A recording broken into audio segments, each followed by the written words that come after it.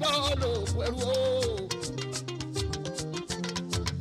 olórí Nàìjíríà òṣèlú Nàìjíríà ẹ sọ fún wa ní ìgbẹ̀yìn òmìnira yìí.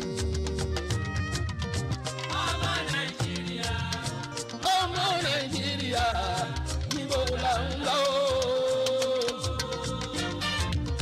òṣèlú Nàìjíríà olórí Nàìjíríà ìjọba òwúrọ̀.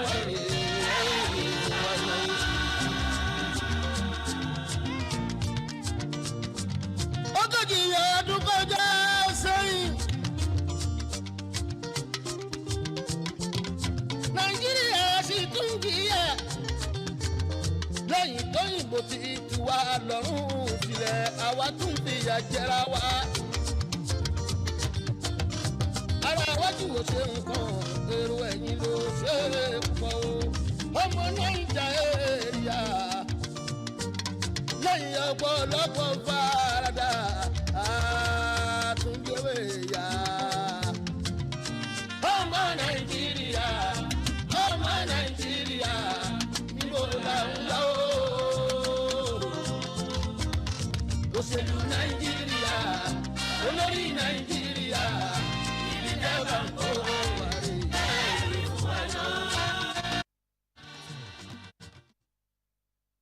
kí n tó wọlé o ajá o ṣùpá ni mí mo bòde ọlọ́run bàbá mi torí pé ewúrẹ́ tó wọlé tí ò bòde ó dẹran àmúṣẹbọ àgùntàn bọ̀lọ̀jọ̀ tó náà wọ̀lú tí ò bòde ó dẹran àmúbọ̀ṣà kábíyèsí olódùmarè ọlọ́run ọba mi ìbàrẹ̀ o ọba tí ń gbé nípẹ̀kun ọ̀run ọ̀mọ̀mọ̀ tó mórí ẹ̀dá orísun ayọ̀ gbogbo èèyàn ọba mi bẹ́bẹ́bẹ́ tó ti ń bẹ ká tó mọ̀ ọ́n bẹ tó ní á mọ̀ ọ́n bẹ ọba mi ọ̀wàwàwàwà tó ti wà káwò ó tó mọ̀ ọ́n wà tó tún wá ní káwa náà ó mọ̀ ọ́n wà ọlọ́run ọba mi tí ò lórogún tí ò lọ́bà kan yágbó yájù ọkùnrin ogun kábíyèsí olódùmarè ọlọ́run ọba mi ìbàrẹ̀ o àkọ́dá ayé aṣẹ̀dá ọ̀run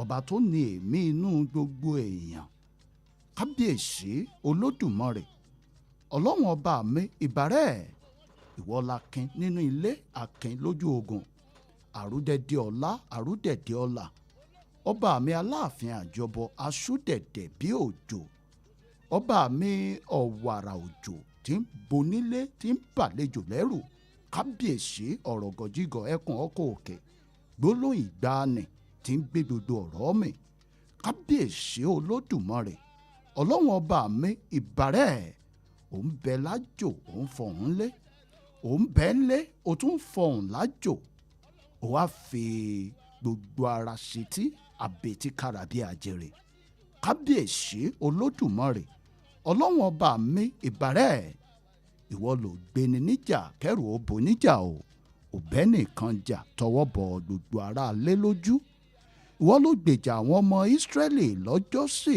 ó sì tójú Fáráò àtàwọn ọmọ ogun rẹ̀ bá dágún omi pupa kábíyèsí olódùmarè ọlọ́run ọba mi ìbàrẹ̀ ìwọ ni o àrínúròde olùmọ̀ràn ọkàn bẹ́ẹ̀ ni kábíyèsí kábíyèsí kábíyèsí olódùmarè ọlọ́run ọba mi ìbàrẹ̀ o àdìtú níṣẹ́ rẹ̀ olódùmarè ayé wa èèyàn tututu kò ṣeé tú mo dáyé mo mọ̀ bárun lórí ni bí irun ṣe débẹ̀ kò yé mi mo dáyé mo bá là lọ́wọ́ mi ni o alábẹ tó kọ́ kò yé mi kábíyèsí kábíyèsí olódùmarè ọlọ́run ọba mi ìbàrẹ̀ o àtijọ́ mo ti ń tẹ̀lẹ̀ ilẹ̀ òjì mọ́ mi lẹ́sẹ̀ rí bẹ́ẹ̀ sì ni ayé yìí orí omi ló gbélé o aládìtú níṣẹ́ rẹ̀ olódùmarè ẹ̀rù ẹ̀ ń bà mí níjọ́ mo ti ń wo sánmọ̀ ò jálẹ̀ ń lórírì òun ló sì lọ bí ẹni taṣọ yìí mo wò ó fín kò sópo kan tó fi gbèrò iṣẹ́ rẹ̀ náà ní olódùmarè àlẹ́rù ẹ̀ ń bà mí ṣe òun tó fi ń ṣàgbára gan kò yé èèyàn ó fi egungun rọmọ sínú aláboyún ń jẹ gbígbóná ń jẹ tútù bẹ́ẹ̀ kò débi tọmọ ń gbé kábíyèsí olódùmarè ọlọ́run ọba mi ìbàrẹ̀ o ìwọ nìkan lọ́ba kan ṣoṣo tí gbogbo ọba ayé ń ṣe kábíyèsí fún. Ìwọ nìkan láládé kan ṣoṣo tí gbogbo aládé ayé yìí ń ṣí fìlà fún. Ìwọ ló ń fọba jẹ, ìwọ ló tún rọba lóyè. Bó bá wù ọ́ ó fi kan bẹ̀, bó bá sì tún wù ọ́ ó mú kan kó ń bẹ̀ tí ò sí bàbá ẹni tí ó bí ọ́ léèrè. Kábíyèsí Olódùmarè ọlọ́run ọba mi ìbàrẹ̀ o. Ọba tó ní wákàtí, ọba tó ní ìṣẹ́jú, ọba tó ní ọjọ́, ọba tó ní ọ̀sẹ̀, ọba tó ní oṣù, ọba tó ní ọdún gbogbo, ọba alágbára ńlá. Kábíyèsí kábíyèsí èjì ń pọ̀ tàbí kó yingi ni òjò ń pòkè bí kó yẹ̀gẹ̀rẹ̀.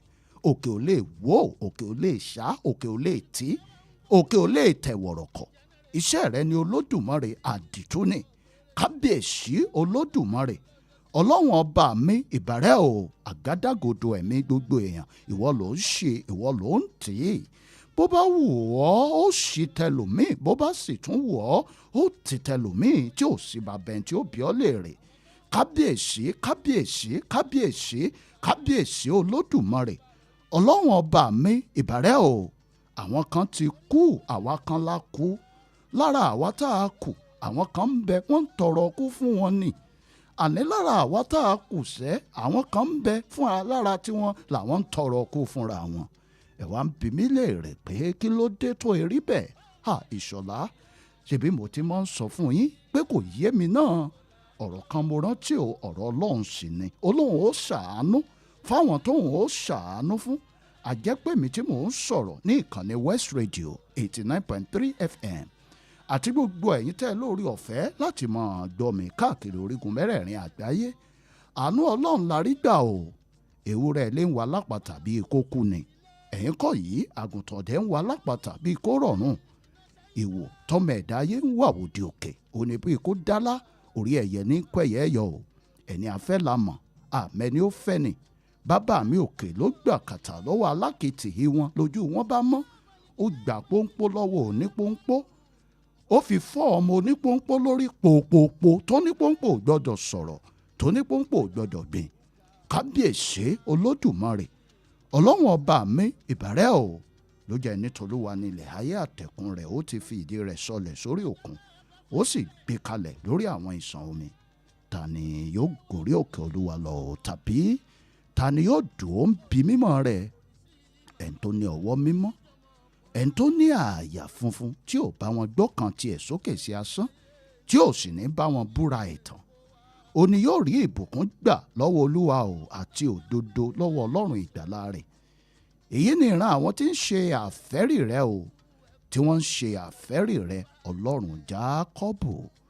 Ó ní ẹ gbé orí yín sókè ẹ̀yin ẹnu ọ̀nà, ká gbé yín sókè ẹ̀yin ilẹ̀kùn ayérayé. Ọba ògo fẹ́ wọlé, wọ́n ń béèrè pé ta ni ọba ògo yìí? Ó ní òun lolúwa, olúwa tó le tó sì ní agbára. Àní iṣẹ́ òun lolúwa, olúwa tó ní agbára ní ogun. Ẹ gbé orí yín sókè ẹ̀yin ẹnu ọ̀nà o, ká gbé yín sókè ẹ̀yin ilẹ̀kùn ayérayé. Ọba ògo fẹ́ wọlé o, ta lọ́ba ògo yìí? Olúwa àwọn ọmọ ogun, òun náà ní ọba ògo. Tọ́ àwọn kan gbẹ́kẹ̀lé kẹ̀kẹ́, àwọn kan gbẹ́kẹ̀lé ẹṣin o. Àmọ́ àwa gbẹ́kẹ̀ tiwa lé orúkọ Olódùmarè. Àwa gbẹ́kẹ̀lé agbára Olódùmarè. Ojú Olódùmarè òun làwa ń wò níbi tí ìrànlọ́wọ́ wa ti ń wà o. Àwa ò sádi anybody o, Ọlọ́run ọba mi òkè ìwọ làwa sádi o. Tọ́ ẹ̀jẹ̀ mọ́ kíyìn ò nílé lóko lẹ́yìn òdì ní gbogbo ibi tí afẹ́fẹ́ ìkànnì yìí ń fẹ́ dé lóòrọ̀ tòní. Mo kíyìn ò gbogbo ládéládé, mo kíyìn ẹ̀yin ọrùn ìlẹ̀kẹ̀, mo kí gbogbo ọ̀tọ̀kùlú ìlú pátápátá o, torí pé àdáṣe báyìí oníhùnmọ̀ ìbò níhùnmọ̀. Mo kí ọkùnrin, mo kóbìnrin o, mo kọ́mọdé, mo kágbà. Tọ́ ṣé àlàáfíà lẹ́wà gẹ́gẹ́ báwa náà ṣe wà lóòrọ̀ òní o, ọ̀dọ̀dọ̀bí ẹ̀túnkù àmójúbà wa. Òní sátidé àkọ́kọ́ nínú oṣù kejìlá. Kẹ̀rẹ̀kẹ̀rẹ̀ a máa ń gun àkàsọ̀ hùn, a gùn láti àkọ́kọ́ a sì gùn dé èyí tó kàn yìí. Kì í ṣe mímọ̀ ṣe wà o, Ọlọ́run ọba mi òkè òun ló ní ó rí bẹ́ẹ̀ o. Tọ́ gbogbo ògo yìí, gbogbo ọlá yìí gbogbo agbára yìí á dá padà sọ́dọ̀ ọlọ́run ọba mi òkè ẹni tó ní àgádágodo ẹ̀mí gbogbo wa kábíyèsí olódùmarè ọlọ́run ọba mi ìbàrẹ̀ o ọdẹ ọdún bí ara ò lé bí ẹ kú àmójúbà wa lẹ́ẹ̀kan sí o lórúkọ gbogbo àwọn tá a jọ mọ́ ètò yìí wá sí etí gbọ̀nyìn ẹ ti mọ̀ wípé ní gbogbo ọjọ́ sátidé báyìí láti agogo 9:30 títí di agogo 11 gbẹ̀rẹ́ ètò èyí tó ní ṣe pẹ̀lú òṣèlú nàìjíríà òun náà ni ọmọ ń gorí agbágbé tí a ní àyè ò ní ìkànnì West Radio 89.3 FM tá a sì jọ máa wa ọkọ̀ ọ̀hún lọ ní rẹ̀rẹ̀mú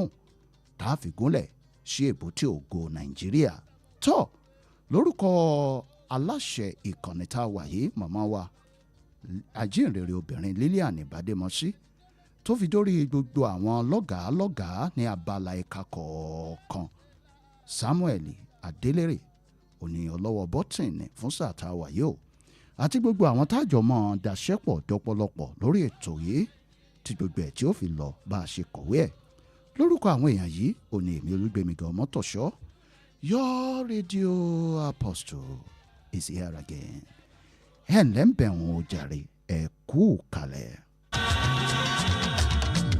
àìfàgbọ́fẹ́ nìkan òun ni ọjà yọ̀gùn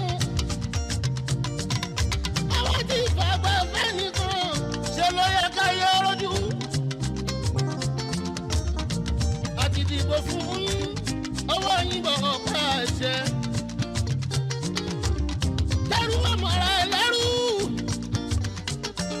ìwọ̀fà ọmọra ẹ̀ ní ìwọ̀fà ìjòyè máa ṣe bí ọba ṣé wàá rọ̀bà fúnra rẹ̀ o kó má fi ra ẹ̀ wọ lóhùn ọba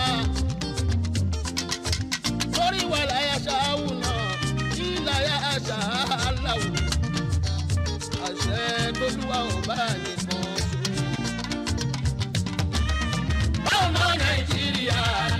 ọmọ nàìjíríà níbo là ń lọ. òṣèlú nàìjíríà olórí nàìjíríà ìbí ẹ̀rọ kó wáyé.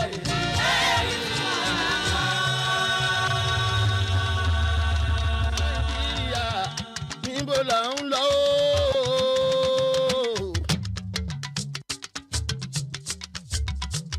òṣèlú nàìjíríà o olórí nàìjíríà ibi tá a bá ń kó wà rè é wí fún wa lọ.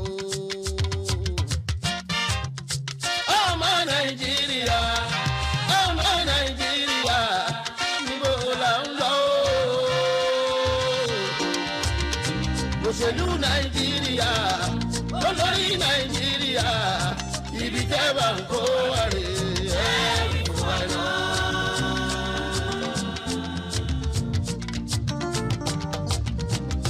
ọmọ nàìjíríà níbo là ń lọ. òṣèlú nàìjíríà olórí nàìjíríà ibi tẹ́ bá ń kó wà rè é wí fún wa náà. ọmọ nàìjíríà níbo là ń lọ. òṣèlú nàìjíríà olórí nàìjíríà ibi tẹ́ bá ń kó wà rè é wí fún wa náà.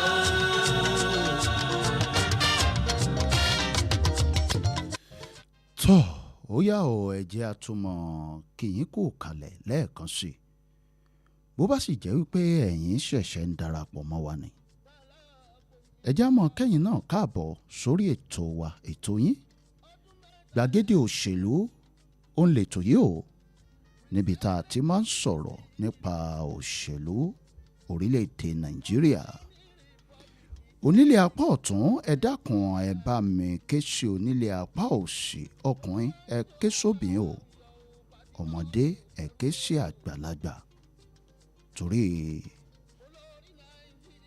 ètò tòní ní àkọ́kọ́ rú ẹ̀ nínú oṣù kejìlá bọ́dún yìí ṣe ń tẹnu bodò ọ̀rọ̀ sì fẹ́ jábọ́ lágbo òṣèlú lóòrọ̀ tòní o.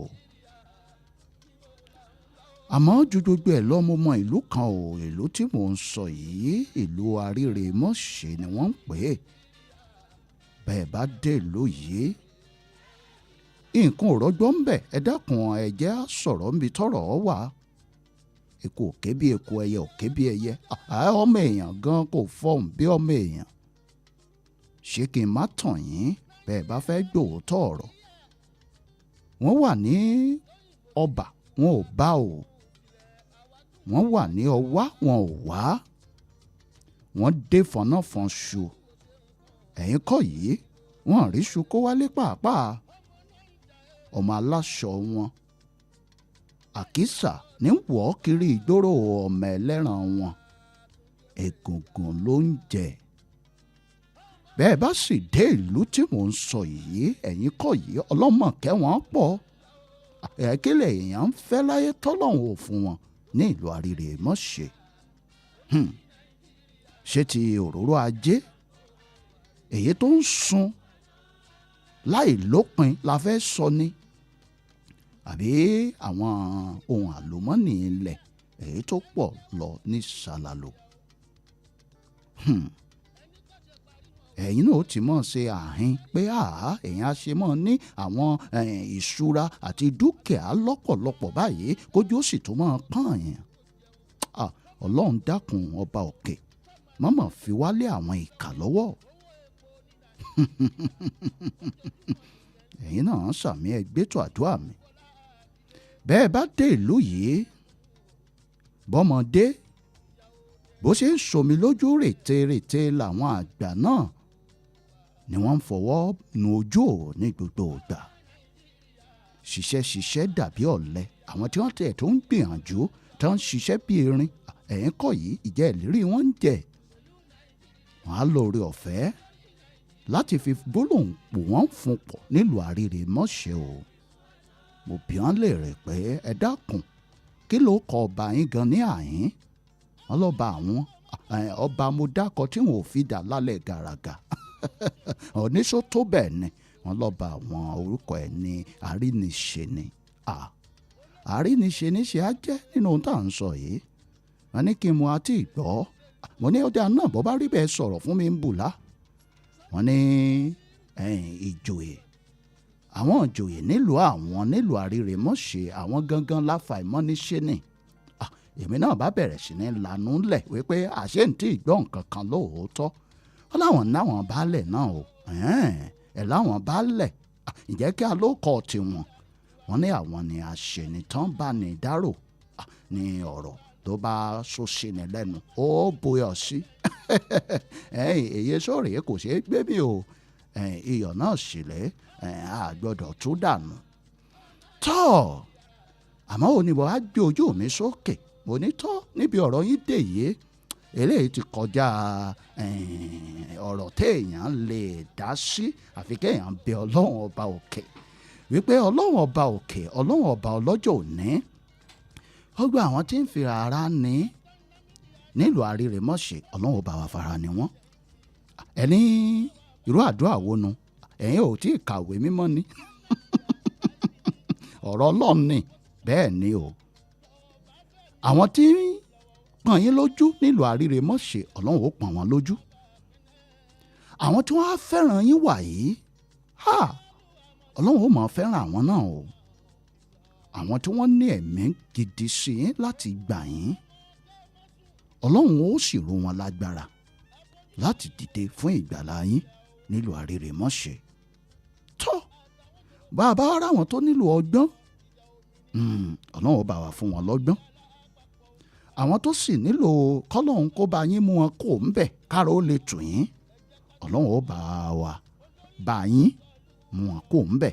ọ̀rọ̀ mi ò yé yín, ọlọ́run ó bá wọn bá wa bá yín mú wọn kó ń bẹ̀. ẹ bá ń dé báwọn. tọ́ láti bẹ̀ mo gbéra o ọ̀fẹ́rẹ́ gẹ̀gẹ̀ ó di rẹ̀rẹ̀ mọ́ mo balẹ̀ sórílẹ̀‐èdè Nàìjíríà lọ́dọ̀ èèyàn tèmi olóyè Ọlálékan Sanni ìmọ́lẹ̀ àyànnàná fún gbogbo àgbáyé káàfàjà. àwọn ògo tó ti kọjá Nàìjíríà ó kọjá ilẹ̀ adúláwọ̀ Áfíríkà náà ó ti wá ń tàn káàkiri àgbáyé nígbà àwọn tiẹ̀ ti bẹ̀rẹ̀ sí pé ṣíìfù láti Jámánì àwọn onítọ̀ ìyóhùn tí a dà báwọn ó ti a dà báwọn tọ́ olóyè Lẹ́kan Sanni èèyàn mi àtàtà ẹ kú ojúmọ́ sà. ẹ kú ojúmọ́ bàbá. ara ò lébi ojú yìí ń fírẹ̀ṣì o. àdéhùn mo sọ fún yín ṣe gbàgbé ni ẹ má gbàgbé àdéhùn. ṣe rí àdín ó póríṣiríṣi ògo ó ní gírèdì ó ní lẹ́vù àbọ̀rọ̀ mi ò yé yín bá ó ní lẹ́vù kò sí gbogbo nǹkan tí ò ní lẹ́vù láyé àdín ti yín o ó nílò láti jẹ́ pé àdín tí ògo rẹ̀ tó dóore ni. ẹ nílò àgbọn òòjọ́ ẹ jẹ́ kó pẹ́ díẹ̀ dáadáa ó ti máa tọ̀ lóró sára ó lè máa fún. abẹ́rẹ́ iṣẹ́ ọlọ́run iṣẹ́ yẹn nìyẹn. kábíyèsí olódùmarè tọ́ ó ti yé mi báwọn ẹja ríra lẹ́yìn ìsìn o. ẹ mú ó dání o. lọ́wọ́ tèmi bẹ́ẹ̀ni ẹ gbowó lọ́wọ́ mi. àyìn lẹ fẹ́ ìmọ̀ ni owó náà fi ń mọ̀. kíní kan téèyàn bá ti fowó ṣe. ẹ̀yìn kíní kan ló ń gbé bó ṣe rí gẹ́lẹ́ rí. lẹ́yìn kíní kan ní ń gbé olóyè Lẹ́kan Sanni wọ́n gbé mi débẹ̀ tọ́ ẹ kú ojúmọ́ ẹ bá ń káwọn ará lé. ẹ kú ojúmọ́ àtọkùn ẹ kú ojúmọ́ ẹ̀yin ará lé ọ̀rẹ́ yín Lẹ́kan Sanni ló sọ̀rọ̀ ṣe mọ ọwọ́ ẹ̀rọ la máa ń bá wọlé ọ̀rọ̀ Nàìjíríà bí ẹ̀ṣẹ̀ náà ni kò ṣeé dìmú kò ṣeé jùlẹ̀ torí orílẹ̀-èdè wa ni tàbá jùlẹ̀ tàbá wa dìmú tàbá ṣe mú àmàsọ̀lẹ̀. tàbá sì wàá mú tán kọ́. ta dìmú ṣinṣin pẹ̀lú bó ṣe ń gbóná yìí ọwọ́ àṣì o. wọ́n sì lẹ ẹ tá a bá forí ẹ̀ fàgbọ́n. àkè jẹ́ bẹ́ẹ̀ àgbọn Nàìjíríà lágbára Ọlọ́run yóò rọ̀ kí ṣe bá a máa fọ a máa ra ṣì ni tá a sì jẹ tá a sì ṣàrà wa lórí. ààbò ni kí ṣe bá a fẹ́ fọ. a ní fọ ààbò ní borúkú. nígbà tí ń fọ yẹn gan ó lè ta kó wọ níbi tí ẹ kó wọ lára yẹn. àti rí ẹ tó fọ àdó làmọ́lẹ̀ báyìí àbọ̀ ṣe lọ́rùn ni. ìyẹn ni pé lórí ọ̀rọ̀ Nàìjíríà nílò sùúrù. ẹ̀rọ ni kàbíyèsí ẹ̀yin tẹ́ ẹ bá ń fi ẹ̀mí bá wa rìnrìn àjò ètò yìí ẹ rí i pé èyí tá a mú wọlé láàárọ̀ yìí ó dàbí ọ̀rọ̀ ìmọ̀ràn ó sì dàbí wáàsí ni wípé ṣe rí ọ̀rọ̀ Nàìjíríà sùúrù báyìí òun láfi mọ́ pẹ̀lú rẹ̀ òun láfi mọ́ rò ó pọ̀ láfi mọ́ mẹ́ pọ̀ láfi mọ́ jọ́ wò láfi máa yí ìwọ́nú ara wọn tí gbogbo nǹkan tí ó fi múyẹ̀ ṣe ṣe mọ̀ pé tí ò fẹ́ ayọ̀ ni ẹ ti mọ̀ bí èèyàn ṣe ń ṣe irú àwọn oúnjẹ báwọn. tọ́ láì fi ọ̀pá pọ̀lọpọ̀lọ péjò láì dé ìnà pẹnu ẹ̀já dàbàrà bó ṣẹ̀kẹ̀rẹ̀ lóòrọ̀ tòní òkó bẹ̀rẹ̀ sí pọ̀tọ̀ fún ẹ̀ lẹ̀ ní yọ̀yọ̀yọ̀ ẹ̀ máa gbàgbé o ẹ̀jẹ̀ ń tó ràn yín létí àìmọ̀ ẹ̀ bá ti gbàgbé wípé ètò tiwa gbàgede òṣèlú táwa ń ṣe ń bì í kì í ṣe láti fi tako ìjọba kankan o kì í ṣe láti fi dáṣọrò ẹgbẹ́ òṣèlú kankan o tàbí láti fi gún bánà ẹgbẹ́ kankan léṣo nígboro o àwa yìí ṣe ìkà àwa yìí sì ṣe ọ̀tá ìlọsíwájú àmọ́ bá a bá rí ẹgbẹ́ òṣèlú kóṣèlú tí wọ́n ya bátà ní ètò lẹ̀ fún wa ní ìlànà wípé ohun táwọn ó dàré bá a bá dá sọ̀rọ̀ àwọn tá a sì fọwọ́ ti àwọn lẹ́yìn bí ìgbà ìkẹ́sẹ̀ ń fọwọ́ tìlé tá a wá ṣe bẹ́ẹ̀ tán tá a dá sọ̀rọ̀ wọn tán tí wọ́n sọ pé àwọn ò mọ̀ ju àwa sí òwò nínú òtútù búkúbúkú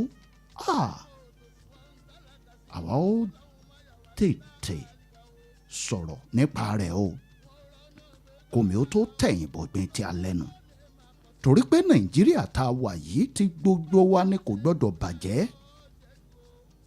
nǹkan mi ni àwọn àfilẹ̀ mo ní mò ń lọ ibì kan ẹ̀ ń bá padà dé ṣé ẹ̀ ní wàá bá nǹkan mi ń bẹ̀ ọjọ́ ọ̀la Nàìjíríà jọ ṣe pàtàkì sí gbogbo wa gbogbo ẹ̀yọ́ olóṣèlú wa lásìkò yìí ó yá ẹ tètè lọ sán okùn ṣòkòtò yín kó lè dandan àsìkò yìí á mì í wò á gbé yín sórí skéèlì ẹnbí ò bá ti gbójú òṣùwọ̀n fúnra lára rẹ̀ náà ni ó máa ṣèdájọ́ rẹ̀ àwa kọ́ la máa ṣèdájọ́ anybody ṣèbáwọn ọmọ Nàìjíríà àwọn ti gbọ́n wọ́n ti láwọn ò gba ráìsì agolo méjì mọ́ àwọn láwọn ò gba àǹkárá ọ̀pá kan mọ́ àwọn láwọn ò jíjó òyà kankan mọ́ ẹ̀yìn o wọ́n ní ìtẹ̀síwájú Nàìjíríà òun ló bá wọn báyìí ẹ̀yin tẹ́ ẹ sì ń ṣe eré lẹ́ka ibi tá a fi yín ta kókó sí ẹ kú ìfọmọnìyàn ṣe o ẹ múra ṣe bó pẹ́ bóyá ni ẹ ó padà gbadé yín ẹ̀yin tẹ́ ẹ sì ṣe eré tọ́ ẹ̀mí ò bá rọ̀ yín o kẹ́ ẹ pè wá dà kẹ́ ẹ ṣe eré o olóyè lẹ́kàn sọ́ni ẹjá gba ìpínlẹ̀ Ọ̀ṣun lọ pápápá ọ̀rọ̀ ìpínlẹ̀ Ọ̀ṣun ń ṣe mí ní kámi ìṣe ń kọ́ mi lómi inú lọ́pọ̀lọpọ̀ mo gbé ọkọ̀ òṣèlú mo gbé dé ìpínlẹ̀ Ọ̀ṣun mo balẹ̀ bàgẹ́ lórí ètò ìdìbò sí ipò gómìnà ní ìpínlẹ̀ Ọ̀ṣun ó wá fẹ́ dàbí pé adìẹ ti bà lókùn ara ò fẹ́ rokùn ara ò fẹ́ ra adìẹ mọ́ o lára àwọn ẹgbẹ́ òṣèlú tí ń bẹ níbẹ̀ ẹni tí ń tukọ̀ ìṣàkóso lọ lọ́wọ́ lásìkò yìí ọmọ ẹgbẹ́ òṣèlú PDP ni àmọ́ lọ́sẹ̀ tá ń tẹnubodò yìí àwọn awuyewuye kan wáyé ó ní òun èso ọmọ ẹgbẹ́ mọ́ ẹni tó jẹ́ bí alága ẹgbẹ́ òṣèlú PDP wọ́n ní àwọn gbọ́ ni àwọn ètí ìgbà torí pé ẹni tọ́rọ̀ kàn àwọn ètí ìgbọ́ lẹ́nu rẹ̀ kì í tí ì ṣe bó ṣe yẹ kó ṣe bẹ́ẹ̀ a sì ń gbọ́ fèrèfèrè pé ọ̀nkú wa ọ̀nkú Jackson wọ́n ti gbé kẹ̀kẹ́ wọ́n ní ẹgbẹ́ àkọọ̀dù òun làwọn ń lọ báyìí. wọ́n fẹ́ rìn accordingly bẹ́ẹ̀yàn bá ti ń bẹ́yàn ọlọ́gbọ́n ṣètò báyìí ẹ̀ mọ̀ fi dóra wọn ni wọ́n fẹ́ rìn accordingly ni wọ́n fi lọ sínú àkọọ̀dù. accordingly. kábíyèsí ẹgbẹ́ PDP ò accordingly mọ́. ó yọ lọ́hún lì. ó yọ lọ́n lì ní PDP ló ń jẹ́ bẹ́ẹ̀. ó yọ lọ́n lì àti accordingly. èmi kan lọ tààràtàrà. ó yọ lọ́n ni ó yọ lọ́n ni. ètè Adégòkè. tọ́ ẹgbẹ́ òṣèlú PDP ó fẹ́ dàbí ìpọ́rọ̀ òfẹ́ yé wọn mọ́ ní ìpínlẹ̀ Ọ̀ṣun ẹja sọ̀rọ̀ ń bí ọ̀rọ̀ wà.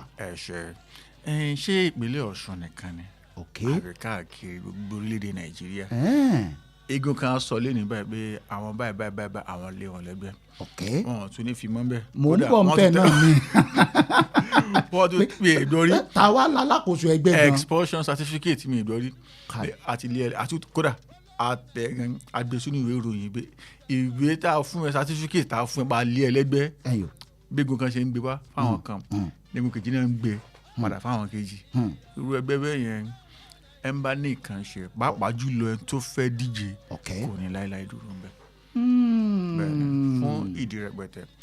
aláàkọ́ mò ń gbọ́ mi kan ẹnu mi kọ́ o àwọn kan ló sọ o wọ́n ní PDP ti di òkú àparò wáyé bẹ́ẹ̀ bá dẹ̀ gbé òkú àparò ó gbá pọ́n kábíyèsí bẹ́ẹ̀ lọ́rọ̀ PDP rí èyí ní ọjọ́ kẹfà oṣù kejìlá ọdún 2025 December 2021 ní hayu àwọn arápájà damagun kankan tí wọ́n dìbò fún wọn tí wọ́n wọlé ìtumọ̀ ẹni pé December táwa yìí náà ní sáwọn máa parí pàápàá jùlọ ní ọjọ́ kẹjọ oṣù kejìlá yìí ìyẹn ọ̀tún látàn wó lọ kàn yín ayáwó sì lè máa sọ wípé òun náà dìbò fún kó máa secretary lọ ṣùgbọ́n tó bá fi lè di ọjọ́ kẹjọ kò lè jábọ̀ gẹ́gẹ́ bí secretary mọ́. ọjọ́ kẹjọ oṣù tàwa ọ̀tún la yìí ọjọ́ ajé tó ń bọ̀ yìí. ní agbára ó kó lọ́wọ́ ẹ̀. pátápátá. káì. àwọn tí wọ́n ṣẹ̀ṣẹ̀ dìbò fún wọlé. ó ṣeé ṣe ká sọ wípé àwọn ni wọ́n máa ṣàkóso lọ ṣùgbọ́n kò tún wá rí bẹ́ẹ̀ torí ọ̀rọ̀ ilé ẹjọ́ ń kọlu ra wọn lórí ọ̀rọ̀ yìí ni ilé ẹjọ́ ni ẹ má ṣe ìyẹn convention ilé ẹjọ́ kan ní kan ṣe gbẹ̀yìn ẹjọ́ méjì wá pé ká má ṣe ẹjọ́ kan wá pé kí wọ́n ṣe ìyẹn lẹ́gbẹ̀ẹ́ kan convention yẹn INEC kò sí ń bẹ̀ nínú electoral act convention tó ń bá dẹ̀ ṣe tí INEC kò sí ń bẹ̀ wọ́n lọ ní pánásẹ̀ ni yọ̀ǹpọ̀lọ́ jìnnà lọ ṣọ́nkàn lọ wọ̀ ọ̀kan ni. wọ́n lọ ṣeré ìdárayá ni. tourism ni wọ́n ṣe ń bá dẹ̀. kábíyèsí olódùmarè. ó ṣe rí gẹ́lẹ́ nìyẹn. ewu àti rí tíkẹ́ẹ̀tì gbà fún Adeleke ní Ọ̀ṣun ìṣẹ́jọ́ ní PDP. ewu tó wà ń bẹ̀ ni pé tó bá gba tíkẹ́ẹ̀tì yẹn tán kódà kó jẹ́ House of Assembly yẹn fẹ́ díje fún alága ẹgbẹ́ ló máa buwọ́lù tàbí ránṣẹ́ sí INEC táwa alága tó máa buwọ́lù. ṣé pé bọ̀dà Jackson náà ṣe mathematics wọn ni. kí á ló pe àrò àti ọ̀dọ̀fín ní ẹ̀kọ́ bí ẹja mọ́ tá à ń ṣe o. kábíyèsí ẹja mọ́ tá à ń ṣe erékeré rè o. mi ń bá wa ṣe lé ìtàn mo lè padà wá bá yín lọ́la. òun ṣe sọ́lẹ̀ kí wọ́n bá gbé wá òkú àparò ló gbé. kábíyèsí olódùmarè. pàápàá jùlọ fẹ́ni tó fẹ́ díje. ta ló máa sáìn gbé candidate wa rè. kábíyèsí olódùmarè. tẹ́ bá sọ wípé àwọn tó ṣe gbà báyìí ni tó bá fà torí àwọn yẹn ti lọ pe ẹjọ́ lánàá yìí báyìí kódà wọ́n ti pẹjọ́ yẹn tẹ́tẹ́lẹ̀ ó yẹ kán bẹ̀rẹ̀ ẹjọ́ lánàá adájọ́ ní pé ẹ fún wa di oṣù tó ń bọ̀ January lórí wípé ṣé Turaki àti Arápájà sáwọn ni alákòóso ẹgbẹ́ báyìí ẹjọ́ yẹn wà lẹ̀ tí Turaki bá sáyìn báyìí pé candidate wa rè tán bá lọ sí ilé ẹjọ́ tẹ́jọ́ bá sọ tí ilé ẹjọ́ bá sọ wípé Turaki yìí ṣe alága torí pé convention tó gbé wọlé INEC ò mọ̀ ń pa ẹ̀ signature yẹn fọ́ọ̀mù yẹn lana nìyẹn o. kábíyèsí olódùmarè. kì í ṣe pé ṣó lè ṣẹlẹ̀ ó ti ṣẹlẹ̀ rí lórílẹ̀‐èdè Nàìjíríà ní ìpínlẹ̀ Zamfara wọ́n ṣètò ìdìbò APC ló wọlé gbogbo gọ́vnọ̀ ní o National Assembly ní o House of Assembly ní o APC ló kó gbogbo ẹ̀ pátápátá ṣùgbọ́n ìjà ṣẹlẹ̀ láàrin Yari àti Kabiru Marafa wọ́n lè gbé lọ sílé ẹjọ́ nígbẹ̀yìn wọ́n sọ wípé ESCO tó ṣe Congress yẹn o pé kì í ṣe ESCO tó fi fìdí ẹ̀ múlẹ̀ ìjẹ́ nǹkan tó ṣẹlẹ̀ nígbẹ̀yìn ẹgbẹ́ tó gbé ipò kejì PDP ọ̀nà gbé wọlé o nǹkan tó bí gómìnà Bello Matawalle ti Zamfara tẹ́lẹ̀tẹ́lẹ̀ nìyẹn ìlú òdìbò fún nǹkan tó fi di gómìnà nìyẹn. kábíyèsí olódùmarè. Adeleke ò fẹ́ kán fò pìtàn burúkú pé ibi kejì tó ti ṣẹlẹ̀ Nàìjíríà Ọ̀ṣun ní orí mi kọ́. bàbá sì tún fẹ́ jíjú ọpẹ́. ọ̀ni ọlẹ́ni fẹ́ gbígbó ọpẹ́ o. kábíyèsí olódùmarè ijó sì ń wo bàbá jó. ó ń wo bàbá jó bàbá tó pàtẹ pẹ́pẹ́pẹ́ ẹ má kó ń bá bàbá rìn síwájú wọ́n ní bàbá ti ń rìn accordingly right. ó ṣe yé mi ní o accordingly. kò wá mọ́ ń bẹ̀ ọ̀ya. PDP náà bá ní pé PDP Ọ̀ṣun lábẹ́ alága Sunday Bisi ló bá ní wípé ọ̀sẹ̀ yìí o ọ̀sẹ̀ tó fẹ́ parí lé ní ìyọlẹ́ ká ṣe primary ṣùgbọ́n gbogbo yín ṣàlẹ̀ rojúlẹ̀ lójú lẹ ní etí láti gbọ́ láti rí àti gbọ́ nǹkan tó ń ṣẹlẹ̀ ní ẹgbẹ́ òṣèlú PDP fún ìdíyẹ yìí a ṣe primary a fẹ́ jẹ́ kí nǹkan yanjú nínú ẹgbẹ́ ká mọ̀ bí tẹ́gbẹ́ wà gangan ká tó sọ̀rọ̀ primary ṣùgbọ́n lẹ́kọ̀ọ́. àwọn gan fúnra wọn ibi tẹ́gbẹ́ wà yìí tí ì yé wọn. kò yẹ sóyè alága tó wà lókè gan ni ṣùgbọ́n aago ó ń kájọ́ fún Démọ́lá Adélékè. wákàtí ń kájọ́ kábíyèsí. tó bá fi lè pé ọjọ́ kan tí kò dẹ̀ tí ìdìbò ti di candidate ẹgbẹ́ kò contest nìyẹn. nǹkan tí o ṣe lè dúró PDP nìyẹn bẹ́ẹ̀ kí PDP yanjú wàhálà ẹ̀.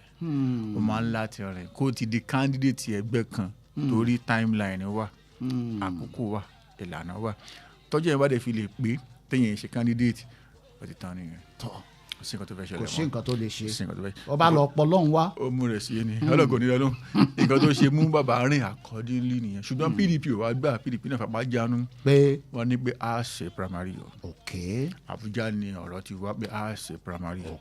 Àbújá yẹn wọ́n ní gómìnà kan láti ìpínlẹ̀ kan lẹ́gbẹ̀ẹ́ Ọ̀ṣun ló ń fọhùn láti Ìbàdàn tó ń dún l'Àbújá pé a ṣe primary wọ́n dẹ̀ lọ síbẹ̀ PDP Ọ̀ṣun lábẹ́ Sunday Bisi wọn dá sí wọn gbogbo àwọn House of Assembly tó wà ń bẹ̀ National Assembly kọ̀ọ̀kan sí Ọ̀ṣun tó jẹ́ PDP wọn dá sí wọn kódà ọ̀rọ̀ ti wá di ìjà báyìí wọ́n ní wípé àwọn ará Ọ̀ṣun ló sọ bẹ́ẹ̀ o pàápàá jùlọ National Assembly PDP National Assembly caucus from Ọ̀ṣun láti Ọ̀ṣun wọ́n ní wípé gómìnà ìpínlẹ̀ Ọ̀yọ́ wọ́n sọ́ọ̀kù lójú ni pé òun ló kó àwọn kan tí ìṣàmọ́lúwàbí wá sí ìpínlẹ̀ Ọ̀ṣun láti wá ṣe primary bẹ́ẹ̀ni ọ̀rọ̀ tèmi kọ́ ọ̀rọ̀ tí wọ́n ní kò sẹ́ tó lè mú wá sí ìtọ́ra wa kọ́lá sọ àti National Assembly kọ́kọ́ sọ wọ́n ní thugs náà kó wá àwọn sọta náà ti wá ṣe primary lọ́ṣun tí ó dẹ̀ sẹ́ni tó mọ̀ pa ẹ̀ ní Ọ̀ṣun rárá pé fúnra wọn náà kóra wọn wá fúnra wọn náà dìbò fúnra wọn náà declare wọ́n dẹ̀ kóra wọn lọ láì bá ẹnikẹ́ni sọ. wọ́n ti wá rí fọ́nrán kan tí wọ́n dá àwọn kan dùbúlẹ̀ nínú bọ́ọ̀sì bọ́ọ̀ tiẹ̀ ti bá àwọn kan gan nínú wọn wọ́n níbẹ̀ àwọn tí kìnìkan kó wá láti ìpínlẹ̀ kìnìkan láti wá máa da ìpínlẹ̀ wa lọ́ṣun rúre wọ́n ti bá àwọn ilé wọ́n dẹ̀ làwọn ṣe delegate tí APC nìyẹn lẹ́gbẹ̀ẹ́ kan kásáré bọ́ sórí ti PDP lẹ́gbẹ̀ẹ́ kan kásáré bọ́ sórí ti APC náà APC náà ti múra primary wọn ò ní pẹ́ mọ́ àwọn tó ń díje wọn lọ rẹ̀ bíi 8 lára wọn láti rí Iyọ̀lá Omiṣore ṣe ń gbọ́ nínú ẹgbẹ́ òṣèlú APC ẹnìkan tó lóun mọ Omiṣore rí tẹ́lẹ̀tẹ́lẹ̀ tó ní kódà Omiṣore ló ránṣẹ́ kìnìkan fún Bọ́lá Ìgè ìyẹn ni ó jáde gẹ́gẹ́ bí ẹni tí ó jáwé olúborí lábẹ́ ẹgbẹ́ òṣèlú ti PDP ẹni tá à ń sọ yìí ó níye ìgbà tó lò ní Agodi ń bí o mò ń lọ rán Bọ́lá Ìgè iṣẹ́ tí Bọ́lá Ìgè fi padà wá. olówó ayọ̀ sí bọ́ńbọ́. bẹ́ẹ̀ ni ó ní PDP fà kalẹ̀ pé gẹ́gẹ́ bí ẹni tí ó máa ṣojú ẹgbẹ́ àwọn nínú ìdìbò tó ń bọ̀. ẹgbẹ́ òṣèlú wo. PDP. ẹni yẹn á lo ìgbà rẹ́kẹrẹ́kẹ́ ní Agodi ń bíbá yìí pé òun ló rán Bọ́lá Ìgè níṣẹ́ kẹ́yìn. bẹ́ẹ̀ ni tẹ́ ẹ bá dẹ́ gbàgbé náà ọ̀rọ̀ yẹn náà kan Omiṣore ń gbà yẹn náà Omiṣore ló rán ó wà pọ̀ ló gbowó fẹ́ni tó rán Bọ́lá Ìgè iṣẹ́ kẹ́yìn yẹn ó yí olóye bá ṣe ń sọ yìí APC yàgò fún wàhálà ní wọn láwọn ṣẹ́gi mọ́ Omiṣore lẹ́yìn pé kó má lè díje lábẹ́ ẹgbẹ́ òṣèlú tiwọn wọ́n ṣẹ́gi mẹ́yàn 5 mi lẹ́yìn oúnjẹ 6 kókó ni wípé àwọn tí wọ́n ní APC Ọ̀ṣun báyìí ẹsẹ̀ wọn kanlẹ̀ lọ́ṣun ó kanlẹ̀ l'Àbújá ọ̀tọ̀ lẹ́yìn táwọn fẹ́ Oyèbámijí làwọn fẹ́ ọ̀nà ṣiṣẹ́ fún gbogbo àwọn tó lè takò ní primary wọ́n ti pẹnu wọn mọ́. wọ́n ti nígbà àti ẹ̀fún yín ní lè díje lábẹ́ ẹgbẹ́ òṣèlú wa. nínú ẹgbẹ́ òṣèlú APC.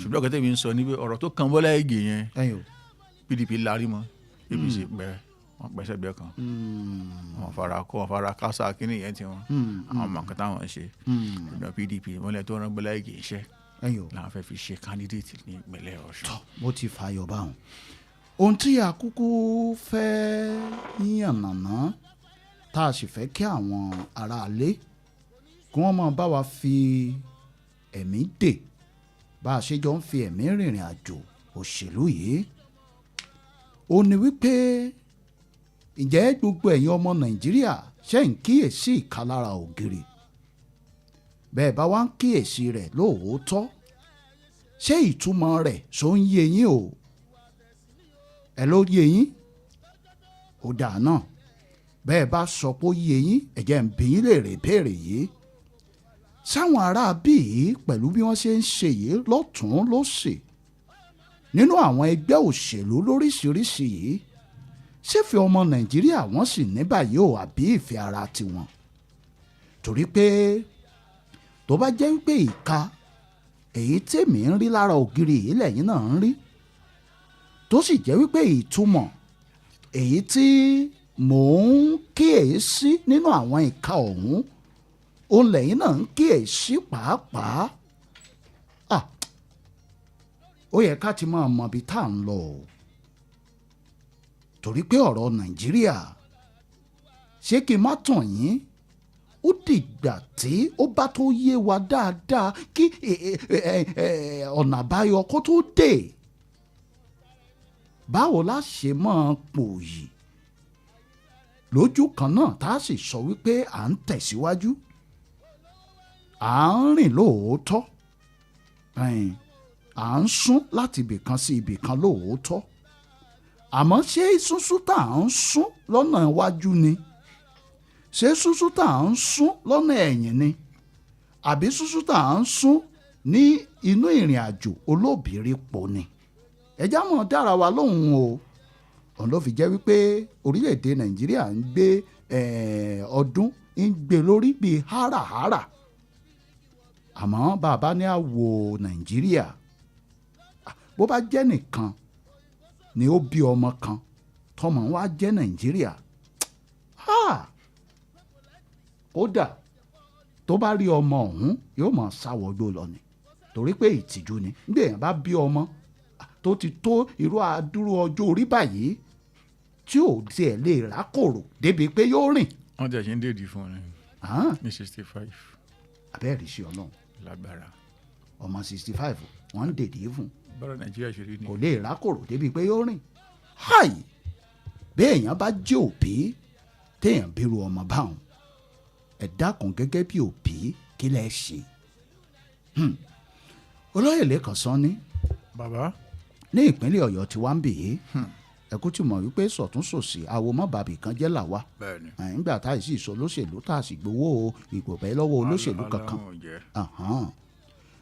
ní ìpínlẹ̀ Ọ̀yọ́ tí wàá àhín mo gbọ́ ìròyìn kan lọ́sẹ̀ yìí wọ́n ní ẹgbẹ́ òṣèlú APC ní ìpínlẹ̀ Ọ̀yọ́ wọ́n ti ṣáìn rẹ̀ wípé bàbá wa Olúwayé Káfàtà Jàgàbáhùn olódòdẹ pé àní lẹ́ẹ̀kan sí àwọn ni ó tún kàn wípé ní ìpínlẹ̀ Ọ̀yọ́ yìí o àwọn ti gbé kinní ń fún bàbá o kí wọ́n tiẹ̀ tó mọ̀ béèrè pé ẹ gbé kinní ń wá làwọn ti ní bàbá ẹ wò ó ẹ̀yin gangan ló tọ́ sí ìjọba yín ń tù á la ìjọba yín tẹ́ a lọ́rùn ní ìpínlẹ̀ Ọ̀yọ́ yìí o ẹgbẹ́ òṣèlú APC ẹ máa bá wa tukọ̀ ń lọ. wọn ló kàn yín lẹ́ǹkan sí àbí. àbẹ́ẹ̀ náà ni ọmọ ẹni ní ṣèdí bẹ̀bẹ̀ rẹ àbí. àwa gbélẹ̀kẹ́ sídi ọmọ ẹlòmíì. àríbi tí yẹn ti bá wa dé báyìí Nàìjíríà ọ̀rọ̀ APC ìpínlẹ̀ Ọ̀yọ́ níbo ló bá yín dé. ó bá yín níbi tẹ̀ bàbá yín Nàìjíríà ó bá yín níbi tẹ̀ bàbá yín Nàìjíríà. níbi tí a ti ń ra ráìsì níye tá à ń rà á. ṣé kò tí ì máa wálẹ̀ ni. ok ó ti ń wálẹ̀. epo ti wálẹ̀ ráìsì ti wálẹ̀ náírà ti da àbò ti da gbẹ ti da ṣé ìlú ẹ̀ ò dá ni. ẹ gbé sí bí ọdún bíi mẹ́ta sẹ́yìn so ó ti balance àbí. irọ́ lákòókò báyìí. ìrìn àjò wo wà nù sí àpadà sẹ́yìn ni àbí lọ síwájú àbí olóògbé. ẹ̀yin lẹ́dẹ̀ ń wò ó ẹ̀lẹ́ ń fojú wájú àfojú ẹ̀yìn wò. kò yé mi mo fi ń béèrè o. irọ́ ìtìbí kan tó sọ fún wa náà ni. tèmi ni kí n béèrè tẹ̀yin ni kẹ́ ẹ dá mi lóhùn. wọ́n sọ fún wa wípé rìfọ́ọ̀mù yìí náà ni bó ti ṣe so rẹ̀ pé ẹkọ́nọ́mì ti dúró rẹ̀ pé kódà gan ọrọ̀ ajé ààbò tó tẹ rò bó ń fì yẹn gan pé ẹ̀yin lẹ rò bẹ́ẹ̀ pé tẹ bá tún fojú ọ̀tọ̀ wo bó ti ń dúró rẹ̀. ààbò ti mú yẹ̀sì. bẹ́ẹ̀ ni wọ́n ní kì í ṣe wọ́n pé yẹn sì ń fì díẹ̀díẹ̀ ṣùgbọ́n tẹ bá wọ̀ ọ́ ní tó pé fún ìtó pọ̀ ju o bó ti dúró rẹ̀. ọrọ̀ ajé ń tiẹ̀ wọ́n ní kò sí wàhálà mọ́ pé afẹ́jẹ afẹ́mú iṣẹ́ wọn kì í ṣe wàhálà fáwọn Nàìjíríà mọ́ owó epo náà ti dúró dáadáa. èló wọ́n ń ta lítà kan báyìí ná. mi ò tiẹ̀ mọ̀ mi mọ̀ wọ́n ló ti dúró dáadáa. o tá mọ̀ wípé nígbà kan mọ́ ra bíi 180 yóò ti di bíi 120 báyìí àbí níbẹ̀ ló ti dúró dáadáa o tàbí bíi 100 naira. irọ́ bóyá bíi. èmi eré epo ní o ní o jẹ́ mọ́ o. ẹni sùúrù bóyá bíi 91 naira. ni wọ́n ń tà báyìí. bọ̀ kíkà pé odò kan tí wà wà lẹ́yìn yẹn bọ̀ 91 naira ni. 91 naira odò kan wá wà lẹ́yìn ẹ̀ 910 nù èmi náà mọ̀ sí. ó lè jẹ́ 91.0 naira ẹ̀ lè sọ. bẹ́ẹ̀ni ṣùgbọ́n mi rí 9. yóò yá àwọn ọmọ Nàìjíríà. mo rí 1 dàbẹ̀ bí ojú mi fì ní bóyá kan níbẹ̀ mo tún wá rí 0 lẹ́yìn ilẹ̀ ti ṣùgbọ́n ẹ̀wọ̀n ọ̀dẹ̀ tán dáadáa. bẹ́ẹ̀ni bóyá 910 àbí 91.0 mi ò mọ̀ ṣùgbọ́n ló ti wálẹ̀ ṣùgbọ́n ṣe ló ti wálẹ̀ yẹn fún nǹkan 185 tẹ́lẹ̀ tán ló wálẹ̀ yẹn wọ́n lọ́ọ́ jẹ́ gbé 91 naira ló jẹ́ àbí bẹ́ẹ̀ kọ́ ni. àìrísí Ọlọ́run. ètò ààbò náà wọ́n ní wípé àwa là ń wò bẹ́ẹ̀ o pé ẹ má yà ká fojú olóṣèlú wo wọ́n ní olóṣèlú ni wá tàbá ní kò dúró dáadáa pé tàbá fojú ọmọlúwàbí wò páàdé bó ti ń dúró dáadáa alẹ́ ní pé àdúpẹ́ lọ́wọ́ Ọlọ́run láyé wọn pé wọ́n ti ẹ̀ ṣètò ààbò yẹn ó dáa pé a lè lọ Kaduna báyìí láì mí kan a lọ Sokoto láì mí kan a lọ kìnìkan láì mí kan ká bẹ̀rẹ̀ lórí ọ̀rọ̀ ẹgbẹ́ òṣèlú APC. èmi bá ìdílé Honourable Saheed Oríadé bá wọn pín nínú nǹkan tó wà nílẹ̀ Ọlọ́run á ṣe ọmọ wọn ní rírí. ní ó fẹ́ díje ni fún ipò Akala Express ibi náà ti ṣe nǹkan tó fẹ́ ṣe fún láàrin ọ̀sẹ̀ tá a wà yìí náà ni. nínú ọ̀sẹ̀ tá a wà yìí. bẹ́ẹ̀ ni sá ọmọ ẹgbẹ́ òṣèlú APC gangan ni nípínlẹ̀ Ọ̀yọ́ yìí ló fẹ́ díje kọ́lọ̀ bá wa ṣe rírí ni. ìjẹta ọmọ pásítọ̀ kan ní Àkóbọ̀ nílùú Ìbàdàn yìí náà ni. olóyè Lẹ́kan Sanni ibi mò ń bọ́rọ̀ bọ̀ nù o nínú ọ̀sẹ̀ tá a lò yìí bẹ́ẹ̀ni ní Dùgbẹ̀ǹbẹ̀hùn bẹ́ẹ̀ni làwọn tírélà wọ́n wá kó àwọn ọ̀kadà àtàwọn arábí wọ́n wá kó wọn nínú ìlú bí wọ́n ṣe dé inú Dùgbẹ̀ tí wọ́n gba Dùgbẹ̀ bọ̀. kíní yẹn lójú ẹ̀yìn lójú àwa máa ń rìnrìn àjò dáadáa bó ti jẹ́ pé àárín bá a ṣe ń rìn mọ́ tẹ́lẹ̀ àwọn ọmọ mi kéré èmi fúnra mi gan kéré bá wo gan mi tí ro ẹsẹ̀ ń fọṣọ ni. mo ṣe ń fọ mi tí ì raṣọ gbogbo kíní ló mọ̀ ti wà lórí. irọ́ mo ṣubú lè lùbọ́ ni lùbọ́ ni kì í ṣe irun funfun. kárígò. lọ́nà Ògbómọ̀ṣọ́ ọ̀nà Ìlọrin ṣeré ní irú ẹ̀ bá máa nánà yẹn mọ̀ pé kì í ṣe nǹkan tuntun. kábíyèsí kì í ṣe nǹkan tuntun rárá kò kábíyèsí jẹ́ mi lójú bèmi ṣe rí.